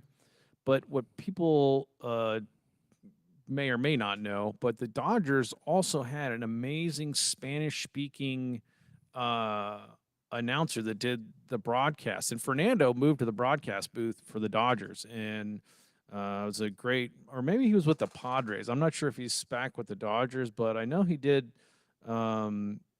Spanish-speaking broadcast for the Padres and also the Dodgers. But Jaime Yarin was the voice of the Dodgers, the Spanish-speaking broadcast for Dodgers, and Jaime Yarin was from Ecuador, and he was basically the Vin Scully of Spanish-speaking. He was like this amazing announcer. So that's a kind of a Dodger connection there. But also there's some really interesting things and awesome stuff that Jaime Yarin did for baseball in Ecuador. And the only reason I say that and know that is because you can do Google Maps or Google Earth and start looking at towns in South America. So I know Venezuela's a big baseball country. Colombia, Edgar Renteria's from Colombia, big baseball countries. Rod Cruz from Panama. Dominican Republic, like half a major league. Cuba, huge baseball. Puerto Rico, so much baseball happening down there. But I was like, wondering, like, these countries are so close, like Peru, Ecuador. Wouldn't they also have people that were interested in baseball? But you don't see that many major leaguers from those countries. And I kind of looked around Peru, and I found some really interesting, weird shaped baseball fields.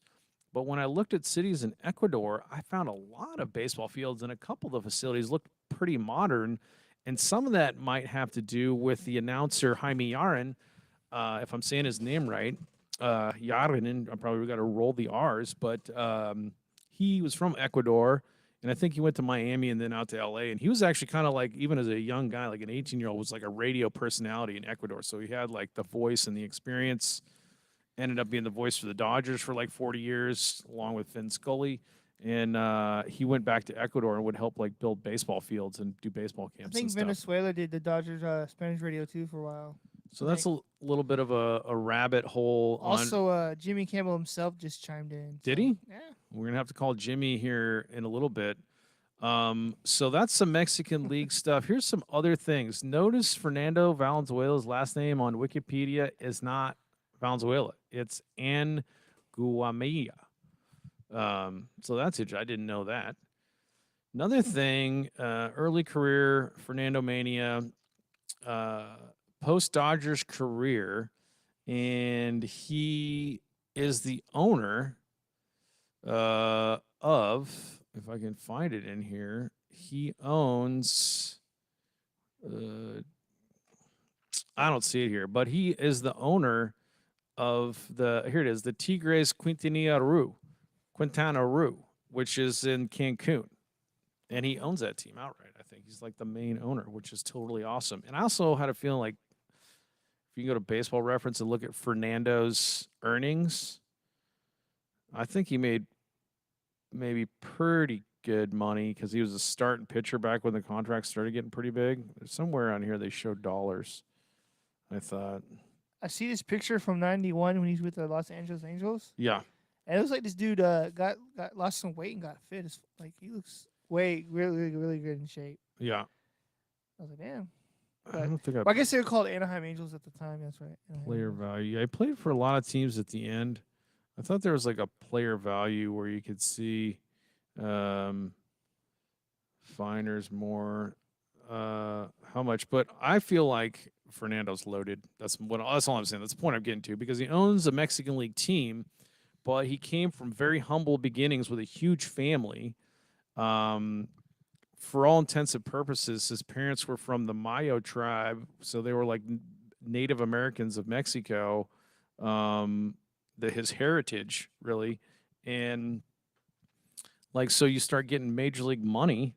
He probably still he just doesn't seem like the dude that's out buying Lambos and No. huge mansions. He's probably like, okay, it's in my account now, and I'm just still being Fernando, living the humble, uh, you know, He's driving your standard. Navajo life. He's driving your standard 4-car sedan. He's Yeah, like, he probably wasn't a big spender and was good with money. I because probably inherited the hard work ethic of his folks. plus he probably like when he became like successful and became a major league player, he's like, I have money, but that doesn't mean I need to spend it because I've been there before, right, where I don't have money and I don't want to be in that situation again. So I'm just gonna hoard my money Yeah, and only spend it on things I need to. and he was a good hitter uh, for a pitcher. In one of these seasons, dude hit 304 for a pitcher. That's solid. 11 bibbies, 2 doubles, 21 hits. I mean, that's a starting pitcher. Yeah. I mean, that dude was putting bat on ball. So Fernando was somebody you had to contend with there at the bottom of the lineup or wherever they plugged him in. Oh, and here's another really interesting stat. I can't remember if it was his Saber bio. Check out this stat. He was used as a pinch hitter. Okay. Okay. So Venezuela was an atypically good hitter for a pitcher. It talks about he had 304 in 1990. But check this out. Venezuela was even used on occasion as a pinch hitter, batting 368. That's insane. He was 7 for 19 in pinch hit situations. Twice while with the Dodgers, he was called to play outfield and first base in a marathon extra inning games. And they won the Silver Slugger for pitchers in 81 and 83. You know what's most impressive about that stat? What's that? Is he's coming off the bench cold. He's coming off the bench cold. So He's like, he's grab not- the bat, Fernando. He's not been in the game where he's kind of got his groove going and he's warm. He's coming in cold and hitting those balls. I don't know what That's those impressive. situations are, but and I know that Impressive. Kershaw's done that a little bit. The Dodgers are like the Yankees for me. There's just like a lot of history with that Right. organization. So Like Fernando, vámonos right now. Okay. so anyway, that's kind of a rabbit hole on. I don't know why. I have It's no interesting. idea why Fernando's Mexican League statistics, which are clearly reported, and everybody knows he got scouted out of those leagues, just doesn't appear on the front end of his Baseball Reference stuff, but it does not. But he was a Mexican League guy, and then he just awesome career, and to me, he's just kind of like one of those. The Fernando Mania is like iconic pitcher representing Mexico and Mexican baseball. So I love Fernando. If I could name my next child Fernando and Elle would let me do that, I would totally. Fernando Valenzuela. But he had a son. Well, he probably had lots of kids. I don't know how big his family was, but he had a son, Fernando Valenzuela Jr. And if you put that into Baseball Reference, you will not find him. Did he not play baseball? No, he did. Okay. He went to UNLV, which makes sense, right? Because he's living in America Yeah. now, so his kid's like an American. But he went to UNLV and like led the Mountain West. So he hit 337, slugged 593. He was all conference first baseman, Fernando Jr. at UNLV, which is awesome. So Fernando Jr. and he looks a lot like his dad's. But then if you put in baseball, you just put in Fernando Valenzuela and don't put in the junior, you'll get juniors. You just got to select the other one. You'll get junior stats. So he got drafted by he the does look Pods, like his dad. Yeah. right? He kind of looks like his dad, right? Isn't that awesome? And he played for a long ass career, and he was a good flipping hitter. So whatever, the Padres gave him about 5 years, and then he flamed out and went into Mexicali, which is, I wonder, he's in Mexicali in 06, 07, and I know Fernando, I wasn't, it was a father-son thing, if he went to Mexicali. Yeah, so he played with his son. Isn't that awesome? His dad taught him Yeah, well. so dad played with his son in 06, 07 in Mexicali winter leagues. That's so cool, right? That's like some King Griffey Jr. stuff. So for Valenzuela and his son comes to Mexican leagues. Oh, no, I'm sorry. It's 05, 06. So he just missed him. I'm not sure. I bet he did. But anyway, so then he goes back to organized ball with oh no, he is back in Mexico. So he did. He got to do father son stuff. White Sox, and then basically after the White Sox, he goes to Laguna, hits 349. This is junior. Hits 349 in Mexican leagues. Then he's like, I think if you're hitting 350 in the Mexican leagues in your mind, I'm 24, I can still go. So then he goes back to the States, I plays can still go. Well, you're young. You Yeah. still can rake. So then he goes independent leagues with the American Association, St. Paul Saints, which is a cool organization. Bats 338 up there. And then he goes back to Yucatan. Goes back to Yucatan for like 5 years and just rakes, never hits under 300. Never hits 314. Of course, he's not getting full games this year, but then he comes back full, basically 92 games, hits 308, 98 games, hits 359, 100 games, hits 314. The dude could hit. Yeah. Fernando Jr. could rake. His dad taught him well. Well, I mean, he was like a pitcher's, but you can better make contact. And then he comes back to El Paso in the American Association, hits 326. If you put together the years that Fernando Jr. from like 2007 never goes below 300 until like he's just going off. The dude could hit 346 in 104 games. Then he goes to Mazatlan, only 13 games. But if you ever gave him a good amount of games, he's 311. Then he goes to Utah, hits 321. So from 2014 to all the way back to 07. So for 7 years straight, total rakeage, Fernando Jr. Guy could hit. So don't overlook the prodigy's career, but his major league batting average, because like whatever, I guess they just don't count the Mexican leagues, but his career batting average when it goes like other, I don't know how they are doing this, all levels, it doesn't really have his batting average for all those. I think he's a career 300 hitter because it just has his foreign. I need to do the math and fill this in for Baseball Reference because the dude could hit. Or just got his pitching. He did. He got a couple innings pitched. But anyway, Fernando Jr. So there you go. And I don't know what else I have. The only other segment, I don't know how long we've been going for, but let me pull this up. I think it says about an hour and a half.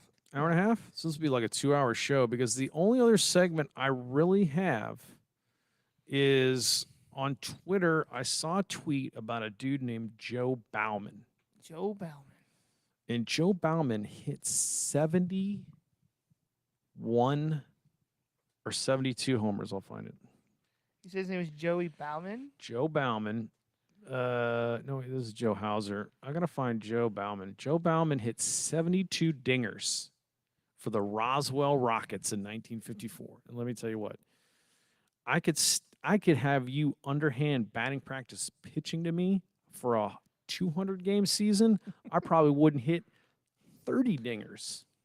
It's impressive. It's insane. And come to find out, I went down the rabbit hole on that dude's Sabre bio, and there was a couple other guys, and one of them was also in like the same league as his. And then another guy was in Minneapolis that had 69 home run season. And there was like some really funny stories in there. But I digress. I'm going to throw it back to you, buddy. And then that'll be my last segment, really. So I want to follow up on your segment. Yes, sir. About this guy. So I noticed his home runs, like in 1948 when he was with the Hartford team. Yeah. He had hit, what was it, 10 home runs, right? And so then. You're talking about Bauman? Yeah. Okay. And then in 52, he picked up his home runs and he hit 50 the following year, 53. And then when the magical year of 54 came around, he hit 72. Yep. So he somehow, something happened. He caught fire those 3 years. He did, but look at 1946. He was in, I think he was in organized baseball C League for the Braves. 48 homers, and he didn't move him up. They sent him back to the same. Like if a dude hits 48 homers for Amarillo C League, you move him up to like A ball or double A ball. But Yeah. they sent him back to Amarillo again. I don't know. I just thought that was impressive. His something whatever those. Yeah, because he started in 46. What was it? Yeah, he had 48 home runs and they kind of dropped down, and then in 52 he found his swing Yeah, again. Joe Bauman's. So these are the.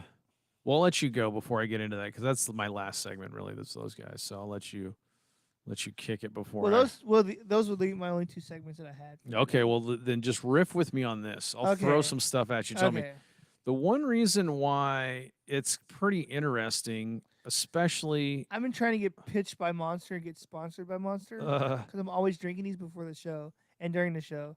Oh So man, if you could just like sponsor this show, that'd be great. I love you, Monster. Anyway, continue. Oh, so.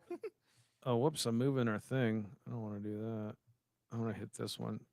Um, so Saber Society for American Baseball Research, I'm a member. I absolutely love it because dudes will take the time to do bios on these players who now would seem obscure. It's like some guy you never heard of, but he won the batting title in 1947, and then he Yeah. didn't really have much of a career after that. There's really interesting player stories and player because it has like the trajectory of the players' lives. So somebody tweeted out that like Joe Bauman was like the first dude to ever hit 70 plus home runs in a single season. Like Barry Bonds did it. He had 73, which is Yeah. insane against Major League pitching. I don't care what kind of roids you're on. That's insane. But you know, Babe Ruth was 60. So 70 was like this threshold nobody had ever done. And the three guys that come up when you start reading Joe Bauman's Saber bio is there's a guy by the name of Joe Hauser who went insane one year in Minneapolis, hit 69. And then there was another guy named Bob Cruz who hit 69. And Bob Cruz was like in the same league as Joe Bauman. And this makes perfect sense to me because it was like Roswell, Artesia, New Mexico, like Lubbock, Abilene, this whole kind of like Texas panhandle, like southeast corner of New Mexico area, which is where me and Jimmy played at Lubbock. It's windy as shit. It like will blow the ball out. Now that ain't gonna make you hit 70 homers because it just as wind can work for you, it can work against you depending on the day. So, but it was crazy the amount of homers they were hitting in that area of Texas, and it's cool to me because we're in San Antonio and I've been all up in that area.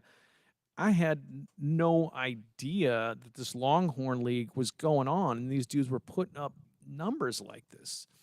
So Joe Bauman hit 72 homers this season, but check out the RBIs. Oh, that's Joe Hauser. Let's go back to Joe Bauman. Joe Bauman. RBIs, dude, in 1954, 35 doubles, only 3 triples, 72 dingers, 224 RBIs. And that's not a 162 game season. That's like a 140 game season or something. Dude. But if you think those RBI numbers are crazy, Oh yeah, 138 games that year. Yeah. if you think those numbers are crazy, look at Joe Hauser. Joe Hauser hit 69 dingers for Minneapolis. Oh, it doesn't have his. It's the other guy. It's Cruz, Bob Cruz. Bob Cruz hit 69 home runs. He hit 69 home runs for Amarillo in 1948. And guess how many RBIs he had? And how many homers? 69? 69 homers in 1948. RBIs. I'm going to throw out a number. I'm going to say 210. Close. 254 bibbies I was in 140 games.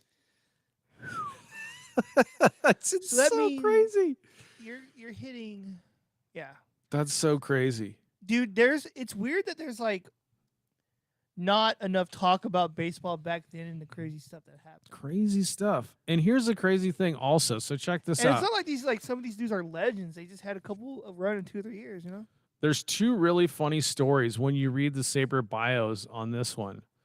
So one of the stories on Bauman didn't get a home run. It says right here, career home runs. I don't think it was the same season he hit 72. Joe had 300. It says Joe had 337 career home runs and would have had one more except for an umpire who lost sight of the ball crossing the fence. And this is what the umpire says: I can't call it a home run because I didn't see it leave the park. The official told the incredulous Joe, but I saw you swing, so it's a strike. Oh wow! So everybody watches this dude jack one out of the park. The umpire just Did you hear it? Did you hear it? yeah, like he doesn't see it. He's like, well, I didn't see we don't have a ball. I didn't see it, but I know you swung, so that's a strike. Is that one of the craziest Angel Hernandez moves you've ever? You hit a dinger, and the umpire just like, you stay here and keep hitting because that's a strike. That's Angel Hernandez is something else, but So is he a descendant of Angel Hernandez? I don't know, but that's kind of a really funny How do you say that? home run story. He's in the Angel Hernandez is a descendant of that guy, right? I don't know how to word that right, but yeah, there was with the words. And there was some other, I think it was Tony Lazzari, or it was one of these Yankee greats when he was like in the minors in Salt Lake, had like kind of a crazy season. And I think it was in Bob Cruz's bio. Okay, so here's an interesting one on Bob Cruz. I highlighted it here. So Bob Cruz was not the first person to hit 70. It was Joe Bauman. But Bob Cruz hit 69 homers, but here's why he didn't get 70. So he probably did hit 70 in the season and never got credit for it. On June 30th, Amarillo played the Blue Sox in Abilene. Cruz smashed a towering hit towards the scoreboard and bounced back onto the field. The umpire ruled that the ball hit the fence, and they called it, I think, a double or something. And the official scorer worried about that. He goes, man, if that dude doesn't get 70, that's messed up because that's a homer. That hit. Messed up. And like the players and the people that were there was like, yeah, dude, that hit the scoreboard. You could hear it though, right? There's like. Yeah. So, let's see. It even says that in there, but it's really interesting to read that. So Bobby Cruz was probably the first dude to hit 70. And another crazy thing is, he got hosed because it was going to be like a big deal. There's like a lot of newspapers following it if he hit 70, and like Wheaties was going to sponsor him or some crazy thing like that. All because of one home run less. So yeah, he hit one off the scoreboard and they didn't call it a dinger. So both those guys had some crazy umpire stories, but Cruz ended up. I will say this: Cruz will certainly live in history for all of these, but that's like one of the most unbreakable records. 254 runs batted in. That's impossible. That's impossible to touch. Speaking of Wheaties, it's gotta be. Here's what I'm thinking. Here's what we should do. Yep. So Wheaties obviously is a cereal for athletes and stuff, right? Yep.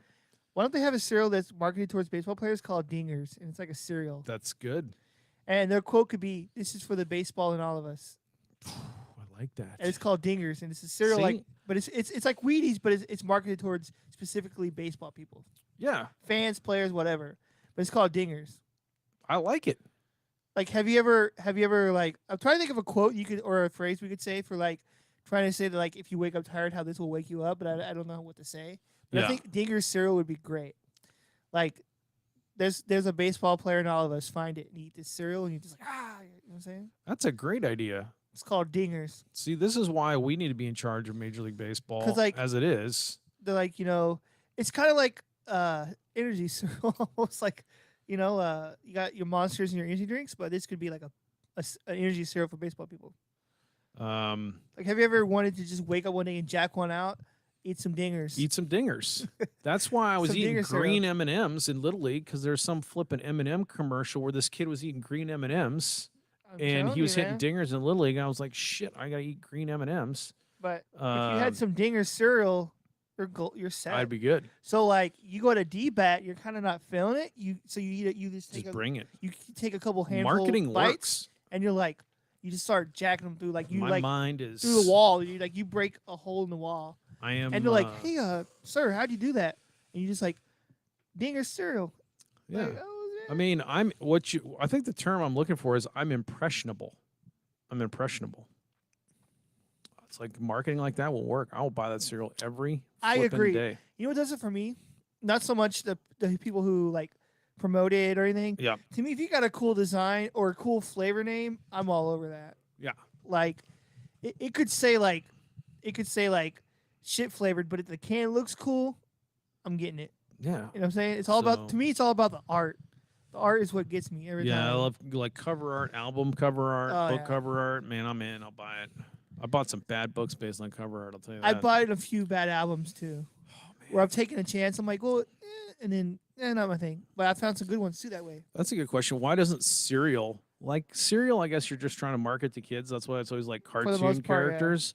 What if you walk down the cereal aisle at HEB and there was just like some crazy ass like rock band cover art on a cereal box? You'd be like, what the Or like fuck graffiti is or something? that? Yeah, you'd be like, I would buy it. I was just like, I don't even know what that is. And the cereal that's marketed towards adults are so fucking boring. Like, I love grape nuts, Yeah.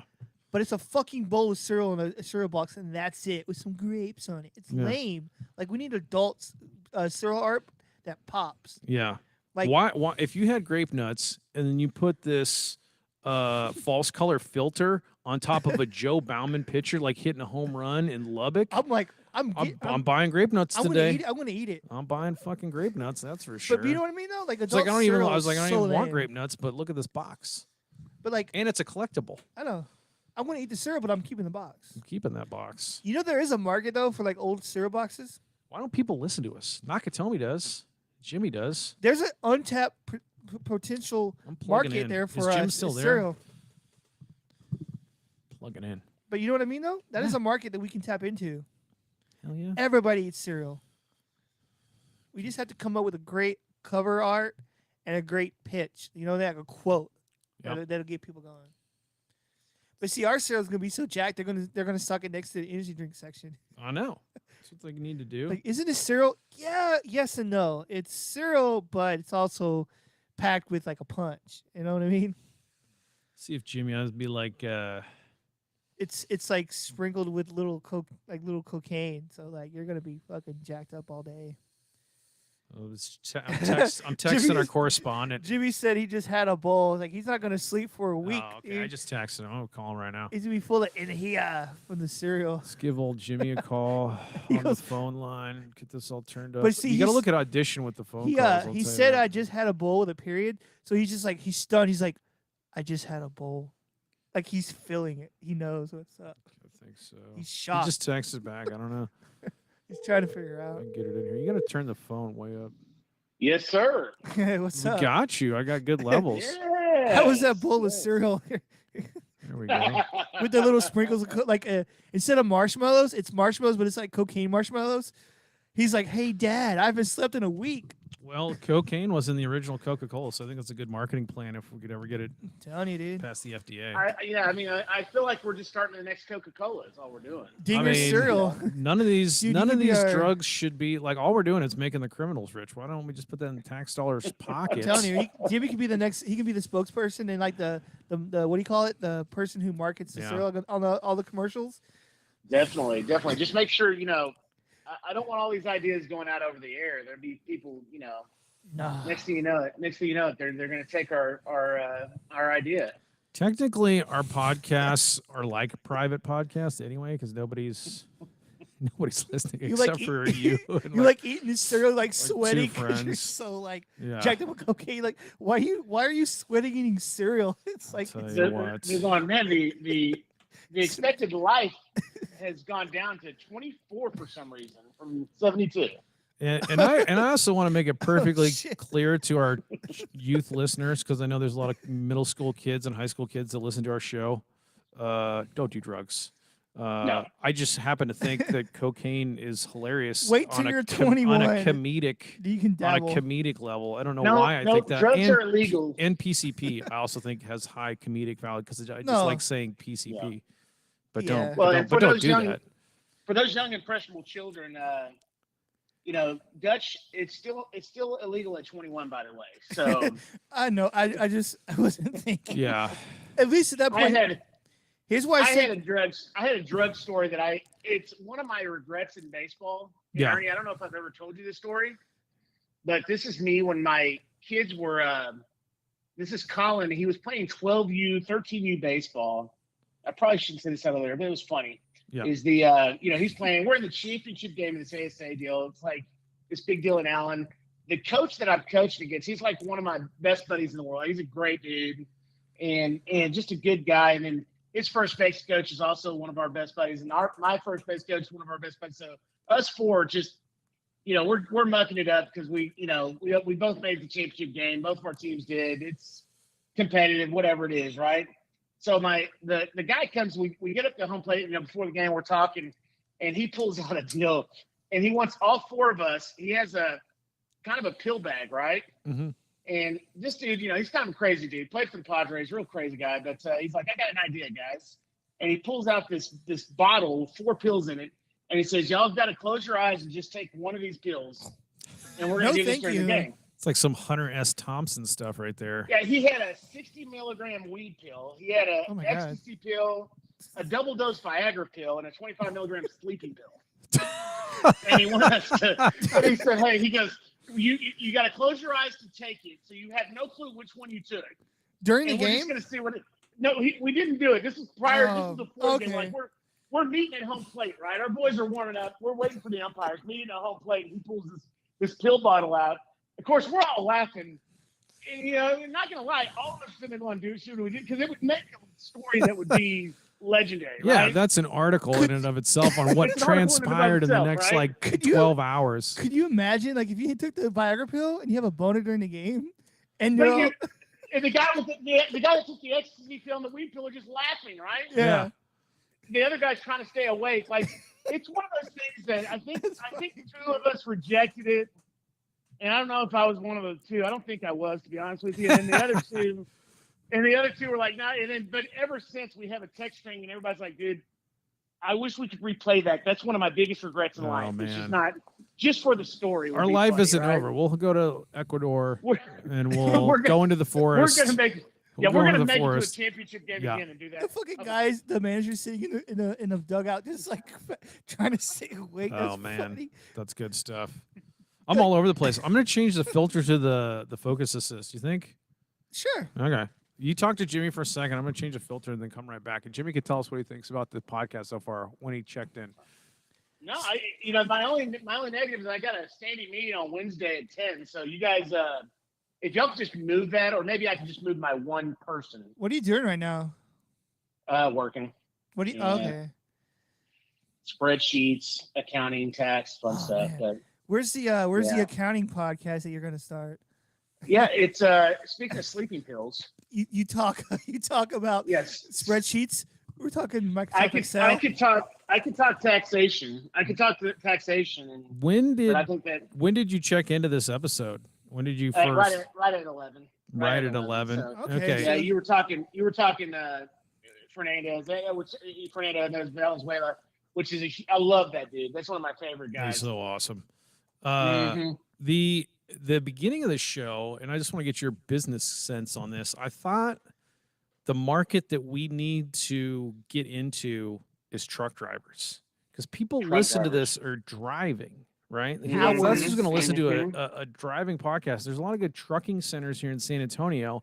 And if we're going to do a remote with like the T-Mobile 5G thing like we did in Colorado, where we just throw up the tent anywhere and do a show and start upping the subscriber numbers, I think this is a blue-collar podcast. We're hard workers. We need to get the truckers of America and Mexico on board with us, and then it'll grow from there. We'll do a remote from Allen, Texas. Yeah. Because you can always find a truck stop, and there's plenty of truckers, I'm sure, are baseball fans. You know where we go to do a remote baseball podcast about truck drivers? What's that? We can go to Plano and go to the Super Bowl. It's open 24/7. So yeah, there's gonna be. They're always open. We could do it in the middle of the night. We can do in truck drivers talk. They got those CBs. They talk to each other. Hey, check out this podcast I'm listening to. The numbers just go through the roof. I want a CB radio in my car. Everybody's trying to be hype. Get the young kids. I was like, I'm old. I'm over the hill. I'm going to get the truck drivers. I prefer this podcast to be for adults anyway. Yeah. That way we all can relate to each other. Well, we're all children, really. That just our bodies got older, but I can't be hype and I can't be cool, but I can give some really random baseball content. I think a truck driver might like that. But they They don't would know about appreciate us. They that. don't know about us until we start doing our remotes at the truck stops. That'd be, dude. Yeah. Honestly, that'd be a badass market if they were fans. They would, because they just go catch like wildfires. Like there's one person out there, and you know what happens? You know, here's actually I just a fucking genius idea right here. I just changed the game. You remember the movie, and they just did this in Canada too. They did the convoy, Bunch of shakers and movers here, right? huh? Remember they did the convoy and they like blocked the border. Yeah. Truck drivers yeah. have that sort of power where they can really mess up traffic. And if the truck drivers get on our side, guess who's blocking MLB executive offices until we get a Ooh. National League pitchers hitting? The truck drivers. The power of the I truck like it. driver, Goddamn- convoy, Goddamn Kenny over there. the Yeah. anti-universal DH convoy across America. That's what I'm Oh, talking It's about. actually, I think it'd be easier than that. I mean, all we have to do is really get the truck driver that carries the baseballs. I mean, right? Get them all to Shit. like We just- slap huge. Yeah, the guy Can't that's play- he can't won't play deliver the baseball without- baseballs. Yeah. Oh, Yeah, you can't play baseball Bats. without baseball. oh, you want your Just you like want it. your buckets of mud for these balls? No, You trying to get these bats shipped from Louisville, Kentucky to New York Yankee Stadium for no. some Louisville Sluggers? That truck driver ain't going. Oh, your equipment's They're not here. Oh. No, We're gonna be universal like the DH. baseball. We're gonna be like the baseball mob. Are Or we we out there just- with we just- we megaphones? just- Get the Yes. Teamsters like Jimmy Hoffa on our side. Get those truck drivers. That's the market I'm going after. Truck drivers got our back. Though that was the front end of the show. Is like I think our remotes. If we're looking for locations, if they're not in the Dominican Republic or the Mexican League Stadium, they need to be at a truck stop. I agree. Yeah. Unlimited coffee. Unlimited, snack- yeah, that's perfect for me. I need all that. Unlimited Just coffee. like that. Unlimited snacks. I'll drink it out of that huge glass like coffee bun thing. Some- that they just some- pour it. I'll some just drink it out waitress, of that. some waitress named Betsy. Oh, there's the wife. I got a Venmo right now. What do you got It's gonna- there? See, isn't that perfect? It's- I should it's- put her on the show live right now. You should. That'd I be- bet you she would stop asking during the show. That'd be- It's it never fails. That'd be fucked up. Never fails. Air your personal business. Hola, Uh, ¿cómo estás? Yep. So I gotta let me Venmo. But yeah, tell me what you're thinking right now, Jimmy. We didn't get you on last time. That's not intentional. We're just not organized. We're trying to get No, Jose no. Gutierrez on. But it's like getting the calls. The only reason I'm so lazy and I don't get Jose later is because then I got to take that audio and edit. I got to cut it in, even though that's not that hard. That's how lazy I am. When you cut it live, zero editing. If you have the sound levels where people Well, can hear it. You could live edit if we had like a person listening to it, and Yeah. you could put like markers in there. But we don't have that kind of money to hire an editor. You know what I mean? Yeah, we can't do that right now. Because you always have So that.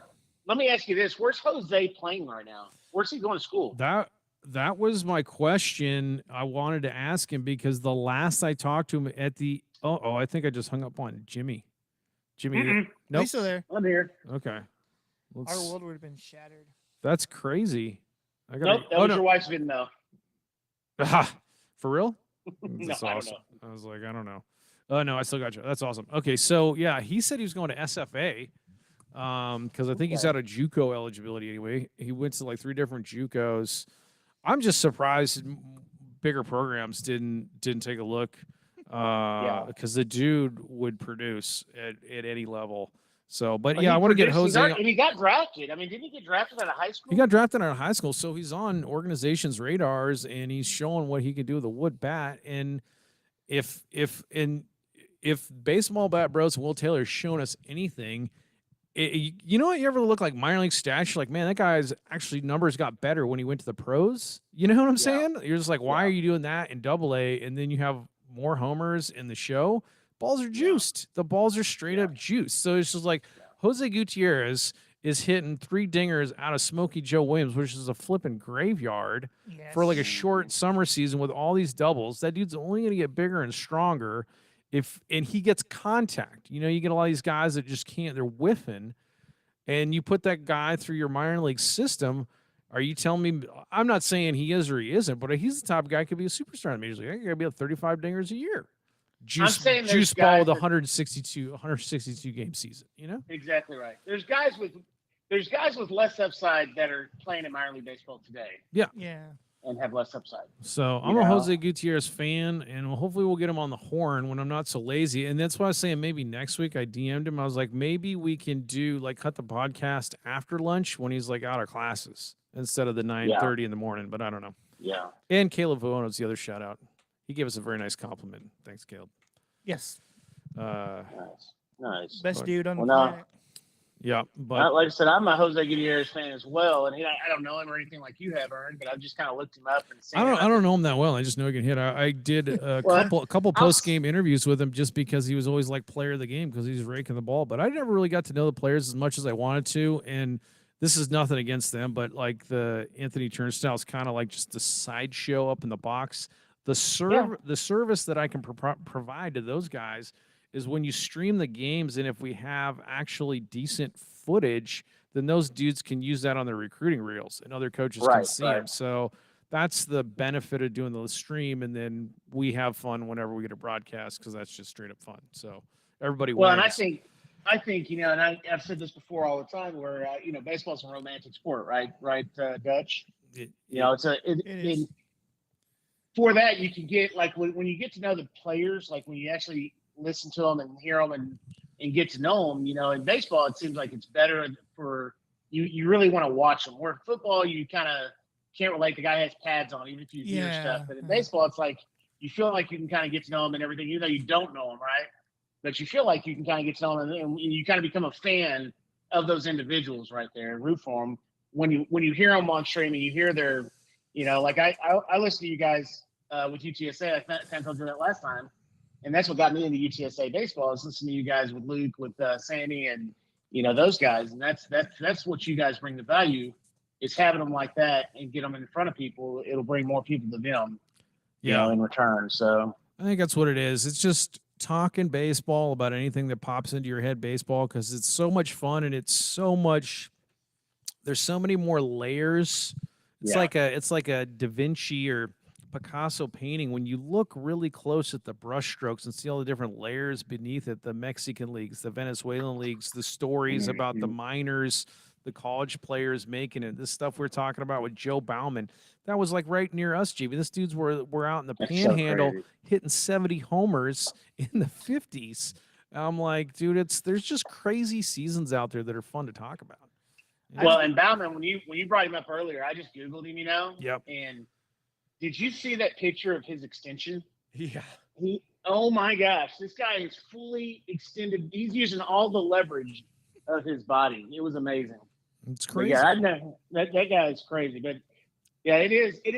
This game is incredibly deep. Like it's deeper than what people. People are like, and I'm sure I say this about soccer, right? I was like, I can't watch soccer.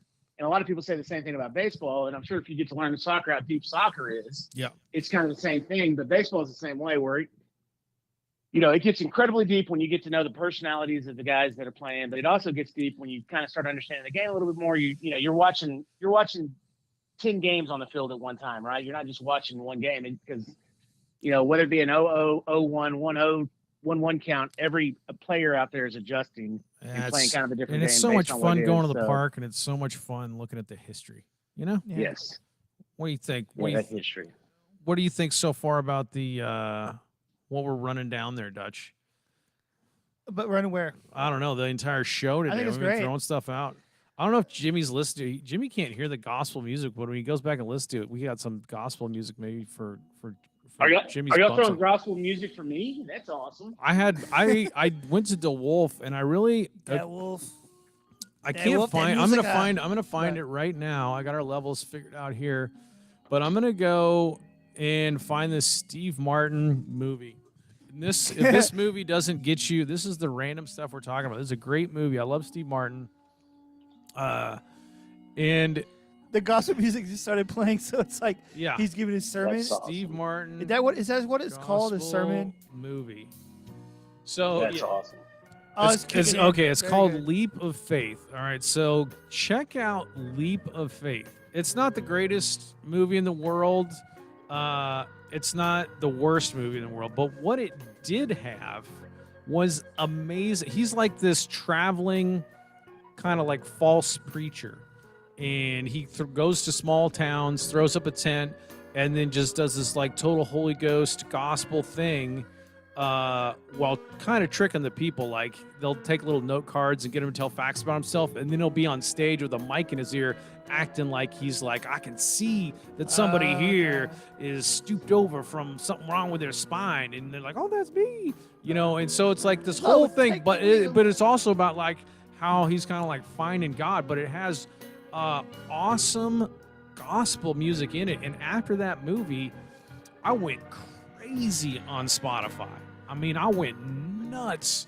So you've seen this movie recently?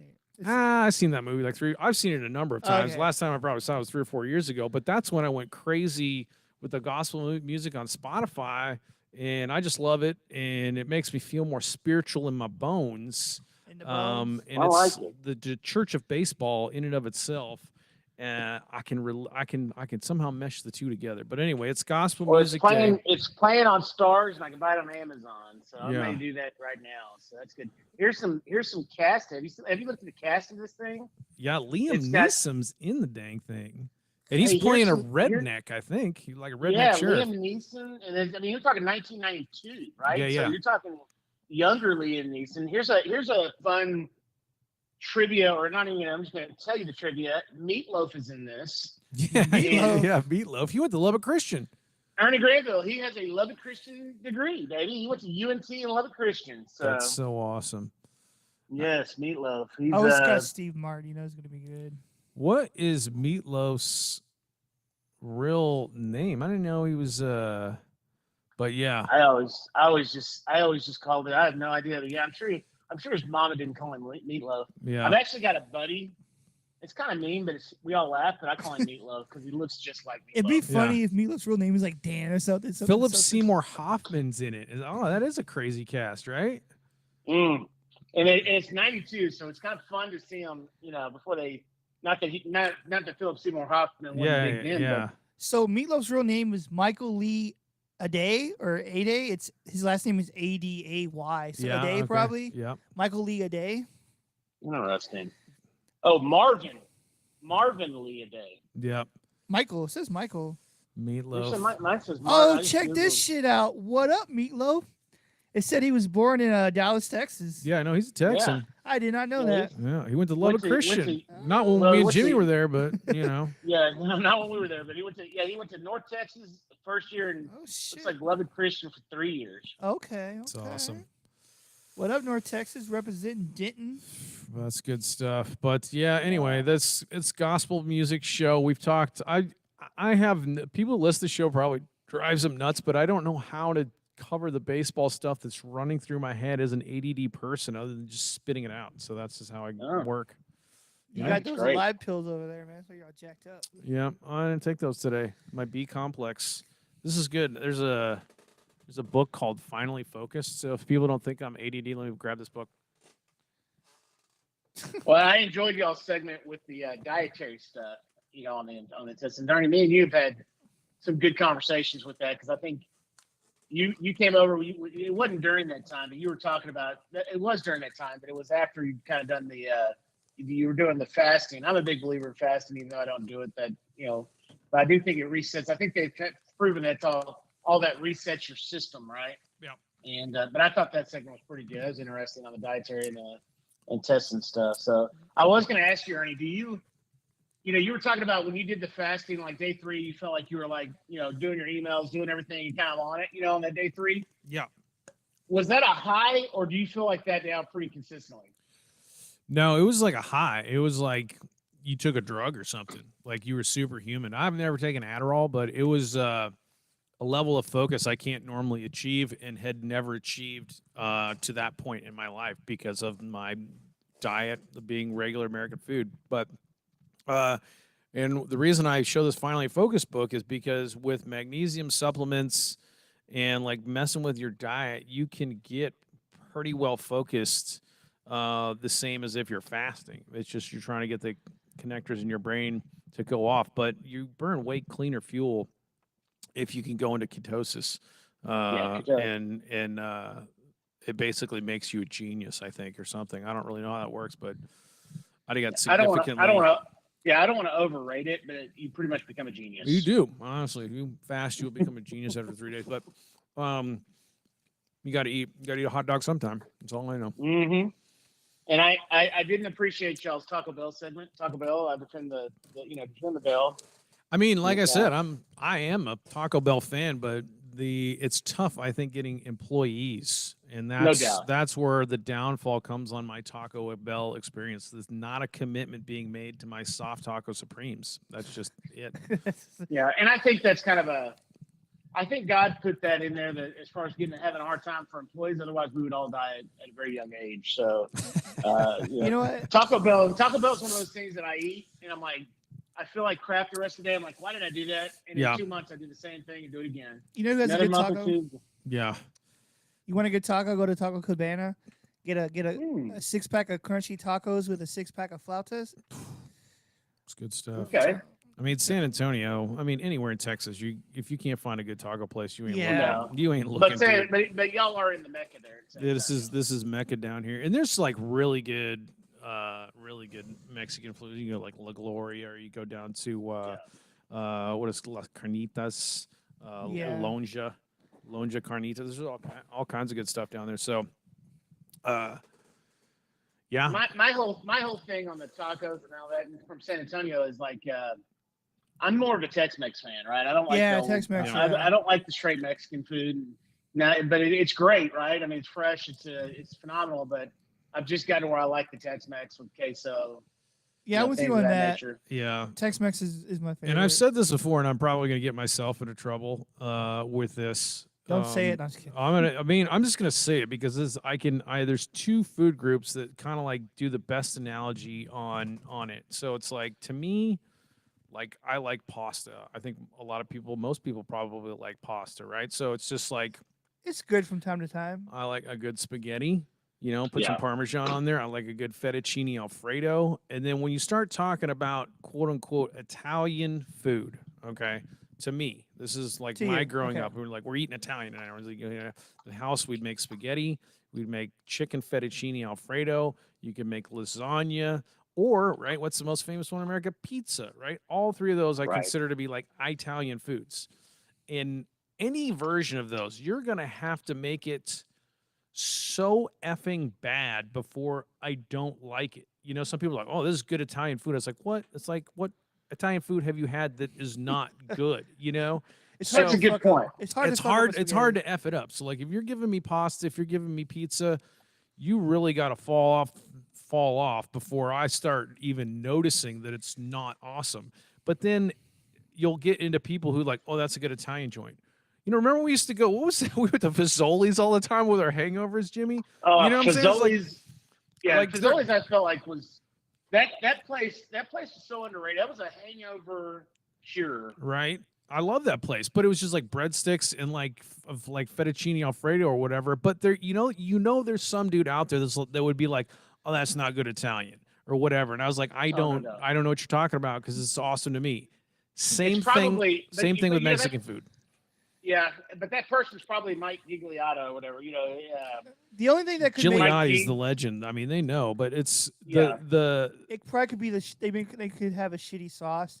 That'd be the only thing I could see it being bad, is if the sauce sucked. yeah. So in Italian food, I'd almost have to find a cockroach in it, right? I mean, it's have to be Even then, fuck it, throw it out. Yeah, eat it. like I mean, like it a bad depends on where it was pizza. at, right? Yeah. Oh, the cockroach. And it's the same thing because, like, I Cucaracha. mean, my buddy, That's pretty good. like, for example, my buddy Jorge from El Paso, who's now here in San Antonio. He's Mexican heritage. He knows good Mexican food, and he'll kind of be the guy who knows, like, that's not that good. You want to go to this taco place, that's really good Mexican food. But to me, as like the American, that's another one where, like, I just don't comprehend that spectrum. I was like, when you're talking tacos, when you're talking burritos, they're all good. Like it's really hard to fall off before I'm not saying, oh, this is awesome. That's been where I'm at. All like, it's in my wheelhouse. They don't have them down here, but a good place to go get Mexican food is a place called Uncle Julio's. It's solid. Where's that at? There was one in Allen I used to go to. It was like, Yeah, we got one right here by me. yeah, it's solid. Yeah. It's like an actual restaurant. The only problem I have with Uncle Julio's, and I'm like you, it is so good, but I have a hard time for me to go Mexican food going to the chain. I like going to the local. Yeah. You know, Get the local. local Maria that I know Maria's family. You know what I mean? I like going to the ones that they're the locals and they're just kind of going like that's to me the best. But from a taste bud perspective, that's the best if you're looking at the overall. I know the family, I know this, I know that. But from a taste bud perspective, Tex-Mex, that probably That's my favorite is too. Yeah. one of the favorites. I would say Chewy's to me is probably another. That's I good. like It's good. Chewy's. Yeah, we went to Chewy's. That's good. You know the meal that blows all this out of the water? Yeah. It's a nice country fried steak with some mashed potatoes, country gravy, some green beans, and a nice dinner roll. That is my favorite meal. That makes me all time. think of Luby's or Old Country Buffet. You know what? I don't, once again, I'm just speaking of my home, but there's used to be this place you used to go to called Grandy's. Oh yeah, Grandy's. Grandy's had the Well, best and- home cooked food. No doubt. And Luby's and first, they just had to be mismanaged, right? I mean, Yeah. how did they not? You know, I don't we know. had one here in Plano, and I took the kids. And the problem you got into is it was like $18, you know. And I mean, and so when you have a family of 5, that's an expensive meal for what we're getting there. Yeah. You know, if they could have brought that down, like when we grew up, but boy, Luby's was my favorite. Yeah. Luby's and Furs. Luby's and Furs, but here's like if I'm in your corporate headquarters and you want to make a comeback, listen to me because we got a lot of great business ideas on this podcast that corporate America's not picking up. You No want to doubt. bring Furs and Luby's back? Go to fucking Upper Manhattan in New York or down in Times Square and spend the money, put in the fucking, you know, or where's the hip area in it's like Brooklyn now. All the hipsters are taking over Brooklyn, I hear. Mhm. Go there and put a fucking Luby's in Brooklyn because all the hipsters love off-brand shit. They're like, oh, you're going to the fucking new fancy fucking coffee shop? Well, I'm going to go get some fucking mac and cheese at Luby's. And then it'll become fucking hot and it'll be the new trend because fucking hipsters are like, fuck your highfalutin shit. I'm getting some fucking peach cobbler and mac and cheese. Speaking of hipsters, hipsters fucking Genius. stole my PBR beer. Now it's a hipster beer. Yep, see? I That's don't what like happens. that. I don't appreciate Well, it. I'm just saying, once they steal it, then it comes on the come up. But you know what? Because of hipsters, PBR is still around. So there's There that. you go. So they helped it out. It's a catch-22. It's hip. Yeah. It's a catch. Damn if you do, damn if you don't. Okay, random. This is how my brain works. Have you seen the movie Catch 22? I've read some of the book. Well, I read to read it for high school or something. But have you Okay. guys seen the movie? No. I haven't seen the movie. Okay, the movie is fucking because the book was crazy, right? So then you have to take that, give it to a screenwriter who's like, we can't put all of the book into the movie, so we have to pick what parts go into the movie and what actors are going to play it. So Alan Sorkin is the main guy, and then like Charles Grodin, all these dudes are in it. But the fucking and this is when you talk about CGI and like Hollywood, and we've lost something. The first take of that, like the first 5 fucking minutes of that movie, is some of the most amazing film footage you will ever fucking see in your life. I think it's a single take of Alan Sorkin walking through the base talking, and I forget the actor's name, but at the same fucking time, they have like maybe 10 B-57 Flying Fortress bombers, and this ain't CGI.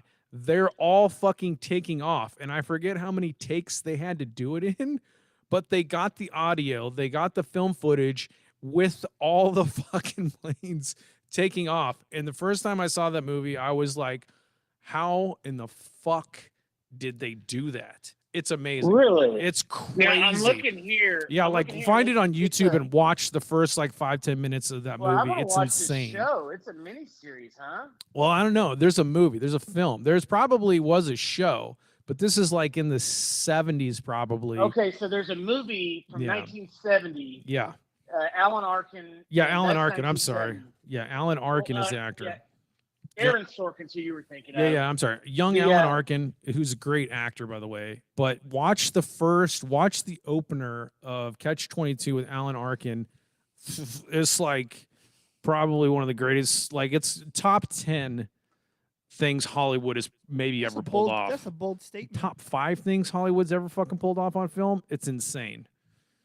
I don't know if it's was the greatest filmed in movie ever, but Sonora. that shit right there is stuff that they just don't do or can't do anymore because of cost Yeah. or complications. It's insane. Well, they couldn't have done this then. It was Sonora, Mexico, because they couldn't do that with the B-25 Mitchells. Yeah. They had to get 17 flyable B-25 missiles or Mitchells. Yeah. And they couldn't do that here, so they went down to Sonora, Mexico. It's so crazy. It's entirely fictional. I mean, that sucks. Yeah. Well, I mean, I think the guy was in combat. Oh and no, came it's back inspired by his life. Yeah, it's inspired by his life. But the book is a work of fiction, just making fun of the military. But I mean, it's amazing. Yeah, that's another person I want to have a drink with on the baseball party night. If I could pick an actor, it'd be Alan Arkin. Yeah, Alan Arkin. Yeah, is he still alive? I think so. He's doing stuff a few years ago. He's always good. He did this with Orson Welles. Yeah, it's crazy. If we're talking about like celebrities here now to have a drink with, I'm going with Mitch Hedberg, man. That dude was a man. Hell yeah. Comedian? Oh, yeah. I love Mitch Hedberg, man. That's my dude. But anyway, as they say, I digress. Yeah. Oh. Can't watch the trailer. I don't know. You just have to watch like the opening scene, buy or rent. I don't know, but yeah. I think you can get it on YouTube. Yeah, probably get it. I'm looking at it on YouTube. It has the trailer, but you have to see the. You said was it like the Jets or something? You said. Yeah, it's the opening. It's like the first 10 minutes. For some reason, it was like on TV or something or Amazon. I was watching it and I was like blown away, absolutely blown away. But anyway, I digress. How long have we been going for? Anybody know how long this podcast is going? Actually, yeah, it's been about. Hold on, fuck, what happened? Like here? 3 hours. No, it was like 2.5. 2.5 hours. This is our longest one yet. We're having so much fun. There we are. I black out on these things. It feels so fast. It does. Like it's like a time. It's like a time warp. You get in, and it's like I literally feel like you just called me. And, yeah. You know. It's so weird. Well, I think we'll wrap. Yeah, it's been going for about 2. Hold on. But since 2.5 hours, and we won't be limited once we break into the truck driver market because these dudes have like 8-hour hauls. Yeah. So we're not limited by having it for 2 hours. They're gonna be like, dude, I like it better when you do the 4-hour show and you can dive into all of Fernando Valenzuela's children and their statistics. Well, and the first show you do for truckers, it should be. Let's see how long we can stay awake. Yeah, we're here to keep you awake. I mean? We're here to keep you awake. See how long, if we can go 48, 72 hours, and then have them calling in to tell us how long they've stayed awake. Yeah. That's probably kind of terrifying, actually. I wonder if you can go live on Spotify or how that works, because that would be like the make the most sense for the call-in line, right? Some trucker, you have like the cell phone number on the burner phone and be like, tell us where you're trucking right now. Call into the show. Go live on Spotify. I don't think you can go live on Spotify. You can't go Spotify. I know you can do it on YouTube, Instagram, Twitter, other stuff. But. Well, I'm setting my sights on all things baseball related, but the trucker market. That's where we untapped potential. Right That's there. untapped potential right there. It's like a couple old men from Dallas, man. Gotta go get that oil. No doubt. But you got to put in the elbow grease, and to me that means getting down there at the truck stops around Texas and doing remotes. That's I feel like we could just get in with Buc-ee's and probably be pretty good too. Buc-ee's is a good one. I just want to get a sponsorship by Buc-ee's. I feel like that'd be great. That'd be as long as we don't have to shut up in the showers, we'll be all right. Lucrative. Yeah, that's the thing. So we go do remote. They're like, well, we have a spot for you, but it's in the interest of the showers. I don't know if you want. And don't worry, our bathrooms are clean. No. That's good stuff right there. Well, Jimmy, shout out to Campbell & Co. and everything you do up there. You're killing it. We love it when you're on the show. And I love being here, and I love talking. I love listening to you guys. I go back. I listened to last week's and kind of go back. I'm glad you guys are back on and going. Is it every Wednesday now at 10 o'clock? It varies. It varies based on schedule, of course. We might do next week's in the afternoons to see if we get Jose or Caleb on. Oh yeah, but I don't know. Oh yeah. Excuse me. I appreciate you guys. Support baseball. Support your friends. Support the sport of baseball. It's beautiful. And We're trying to get some merch going. keep having fun. Yeah, we'll get some merch going. It just sucks because Bumper stickers and merch, bud. it just sucks because a lot of these companies want you to buy in bulk. But like, I don't need 100 shirts. Like, Yeah. We need hoodies because you're wearing a T-shirt, and I see you do this every day. And It's I'm wearing so shorts. effing cold in this office. I'm I wearing find it to be a quite hoodie and a comfortable. jacket. Oh, it's like 63 degrees in here. You fucking Seattle people, man. You're not used to the. I don't know, man. Well, Dutch, don't use Ernie as a thermostat because I know that's what I'm saying. yeah, we'd go on the road and we always when we traveled, me and Ernie were roommates at home, but when we traveled, we had different roommates. So like I think that was I had Keith Hart and Tyson, and then you had Gus and Gus. I like that name. You had Gus and Stan. Yeah. And what was your nicknames for them? Nanook and I forget Lennook. I can't remember, but gave they're them- Eskimo names. He gave them Eskimo names. nicknames because he said they'd always come in and make it so cold, But Yeah. problem is Ernie, you count down his dietary talk. He's 165 to 185. So Yeah, he's lanky as fuck. Yeah, I'm he like a doesn't have rattlesnake. I got cold blood. Like it feels good to be in here. And you're I like, gotta it's warm up the freezing. blood on a hot rock or something. What it Yeah, is. I'm more like thinking I'm always having a heart attack because I'm sweating. But So, Mr. Turnstile, what do you keep your air on at night? 80? Well, I'm always freezing at night because Elle's always hot, so she's Okay. turning it down to like 71. And Teddy's room gets colder. I was like, man, Ted's gonna freeze to death in there. 'Cause- And so I'm always bundling up because I like it about. I mean, 71 I'll take. This office is like 60s, which is too low. But I like if the house can be like 74, I'm gold. Because Samantha and I keep our air 73, on 74 is wheelhouse. Yeah. It's Fernando's going to have a little bit more weight. Yep. The new baby. Get a little Fernando. That's what I'm hoping. Oh, yeah. I for. was saying your comment. You're like, next baby you bring into the world, name I it think it'd be Fernando awesome. 01. If I could, I I think would. it'd be awesome. Yep. I think it'd There be it is, awesome, Jimmy so. Campbell. Well, man, thank you, Jimmy. We'll let you go. We'll bump you out with Some gospel hits. Well, should we do with the we have some like trap music too that I was bumping. Play the trap music. Yeah. Okay, we'll bump. That's definitely his kind of environment. All right. It's All like- right. I'm trying. I don't even know what trap music is. Well, you'll have to go back You'll and listen find for out. it. It's just like it's like the intro to like a T.I. song or He's something. probably going to listen to it and be like, I don't like this.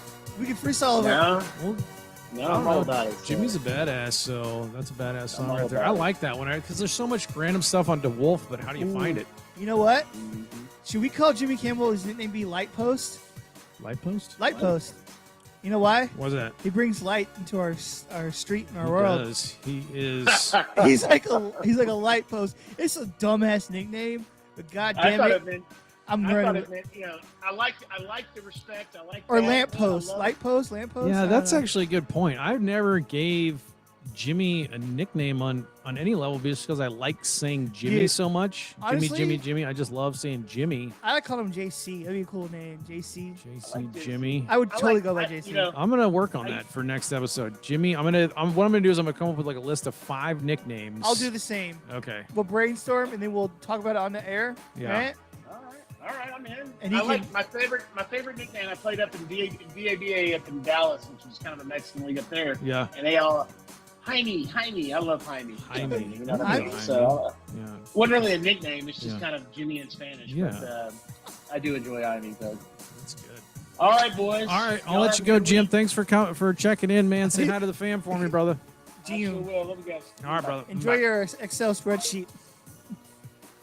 There you go, ladies and gentlemen. Jimmy Campbell, the Kinda- one, the only, Jimmy the Thunder Axe Campbell. I don't know. I'm gonna Jimmy come up with Jimmy El Caballo Campbell, Jimmy El Caballo Campbell. That's a good the one. horse. Yeah, that's a good one. El Toro was Oh, Fernando. the bull. Yeah. Mi corazón, my heart, the beating Yeah. heart. Baseball corazón, the heart of baseball. And like, was it para ti for you? This episode's for you. Yeah. But anyway, Anyway, Jimmy, I digress. Campbell, ooh, huh? That doesn't work. That's funny. The legend, man. He's been a loyal friend of me. What is it? the What is the name I'm thinking of right now? Forever. It's not ambassador. It's not president. Ambassador's a it's, good word. I'm trying to think of the word that I want to say. Yeah. It's like a military rank. I'll think of it. The major. No. The general? No. The master sergeant? I don't know, man. Gunnery sergeant? I'm trying to think what it's called, but I can't think of it. Corporal Campbell? That Man, Jimmy would have been a killer Marine. would be cool, right? I If it was guarantee, Corporal Campbell. because Jimmy's going to go back and listen to this. Jimmy would be, in my mind, he would be the section leader for the medium machine guns, which is a hard dude. And you got to get down there and you got to get on top of that machine gun, get your shoulder behind it, because you can't have that thing jiggling around everywhere. And Jimmy would have been a killer on the 240 Gulf. Tight machine gun groupings. Well, that's all I got, bud. Let me look down my list of random things, because it's impossible to do a show with me from your end, because I just throw random shit out in no particular order. But we covered it all. I got the Dina Baystar's Homer, which I thought was hilarious. Truck stops. Admiral. That's the word I was thinking of. Admiral. Oh, yeah. Admiral. I like that. I went up to a Mexican Army Because ranks. then we can make all the rear admiral jokes. I wasn't thinking of that. Rear, right? But I went to Mexican Army ranks because I'm like, okay, I know it's in there. Let me look it up. That's a Admiral. naval Yeah. rank, I believe. Yeah. But we covered. Well, yeah, the military ranks of Mexico, yeah. But Admiral was the word I was thinking of.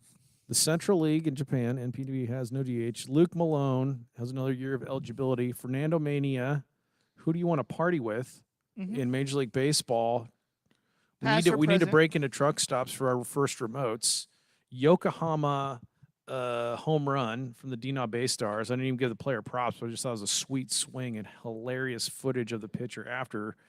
That dude who realized he was a piece of shit when he caught that ball right in front of that little girl. I just think that's such hilarious. The way if he would have just swiped it and gone out, he'd have been a bigger jerk than him kind of like catching it and then like looking down like, oh, I just did that. I'm horrible. So and then, I'm leaves.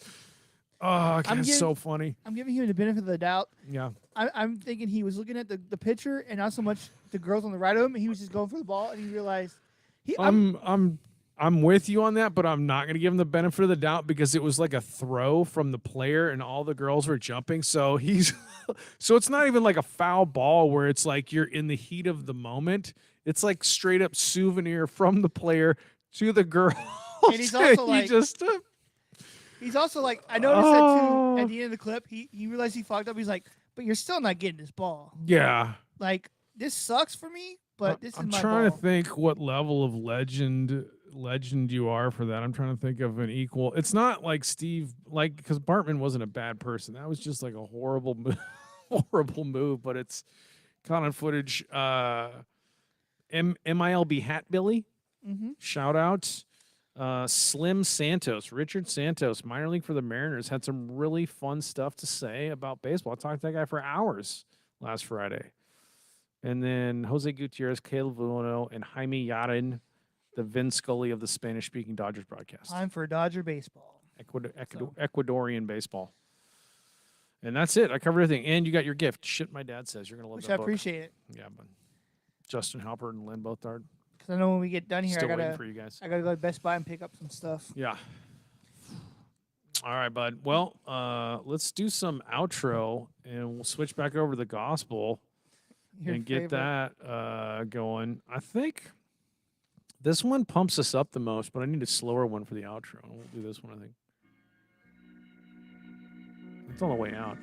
As we're walking out the doors. Walking out the doors of the church. Like I said, I'm not a religious man, so I'm not gonna, 2 hours, 32 minutes we've been jabbering on. It's okay. If you're a truck driver, you're loving it. Dude, we should name our segments the baseball gospel, right? All right, I like it. So every week, 3BGB puts on a baseball gospel in the church of gospel music. In the church of baseball. Leap of Faith. What else did I recommend today that was just off? Oh, we had some really good serial ideas. Catch 22, the movie. Oh, those are the two movies I recommended, yeah. And then Dinger's Cereal. Dinger Cereal's genius idea, especially if you nail the cover art. Covered a lot of ground. It's too much to cover all over again, but we're bringing back thanks for tuning in. We're marketing for adults too, but we'll have cool toys in there, right? Not adult toys. Not okay, get baseball cards in there, bro. Yeah, stuff for not adult toys. You might have the gutter, right? Oh shit! But cool stuff for adults, baseball cards. I'm trying to remember what cookie or cereal it was that was doing baseball cards inside. Oh man, it wasn't Cracker Jack. It wasn't right? Cracker Jacks. There was like a baseball card, and there was like a Griffey. There's like this one, Ken Griffey. This one I was in Seattle. I was in high school. I was like, dude, I might have committed crimes. I might have stole some of those from like a Yeah. corner store to get cards, or like tore into them to see if I could get the card fucking out. What was that? I'll find that next episode. Post, something made by Post, one of those. Yeah, it was Post maybe. Yeah.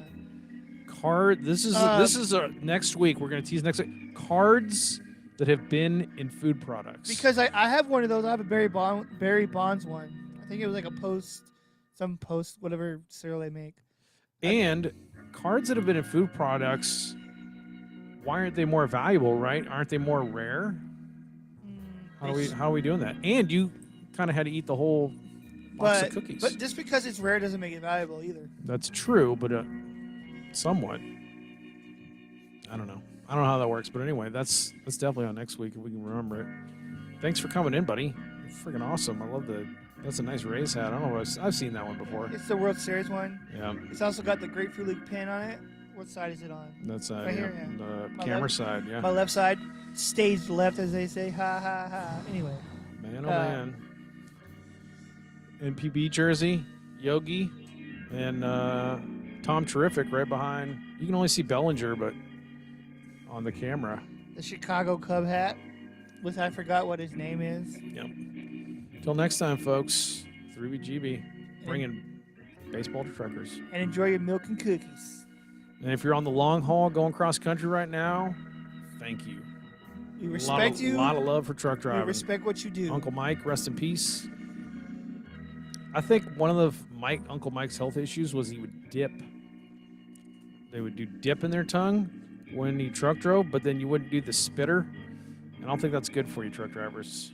Somewhere a descendant of I won't. I wrote down some funny Don't do baseball tobacco names. products to stay awake. Yeah. It's not good for you there, truckers. That's how Tony Gwynn passed away, right? Mouth cancer. Yeah, so take it easy on that stuff. Chew gum or jerky or sunflower seeds or something. Yep. Equivalent, I guess. Well, it's not the same, but if you do want tobacco, smoke a cigarette. That's right. All right, buddy.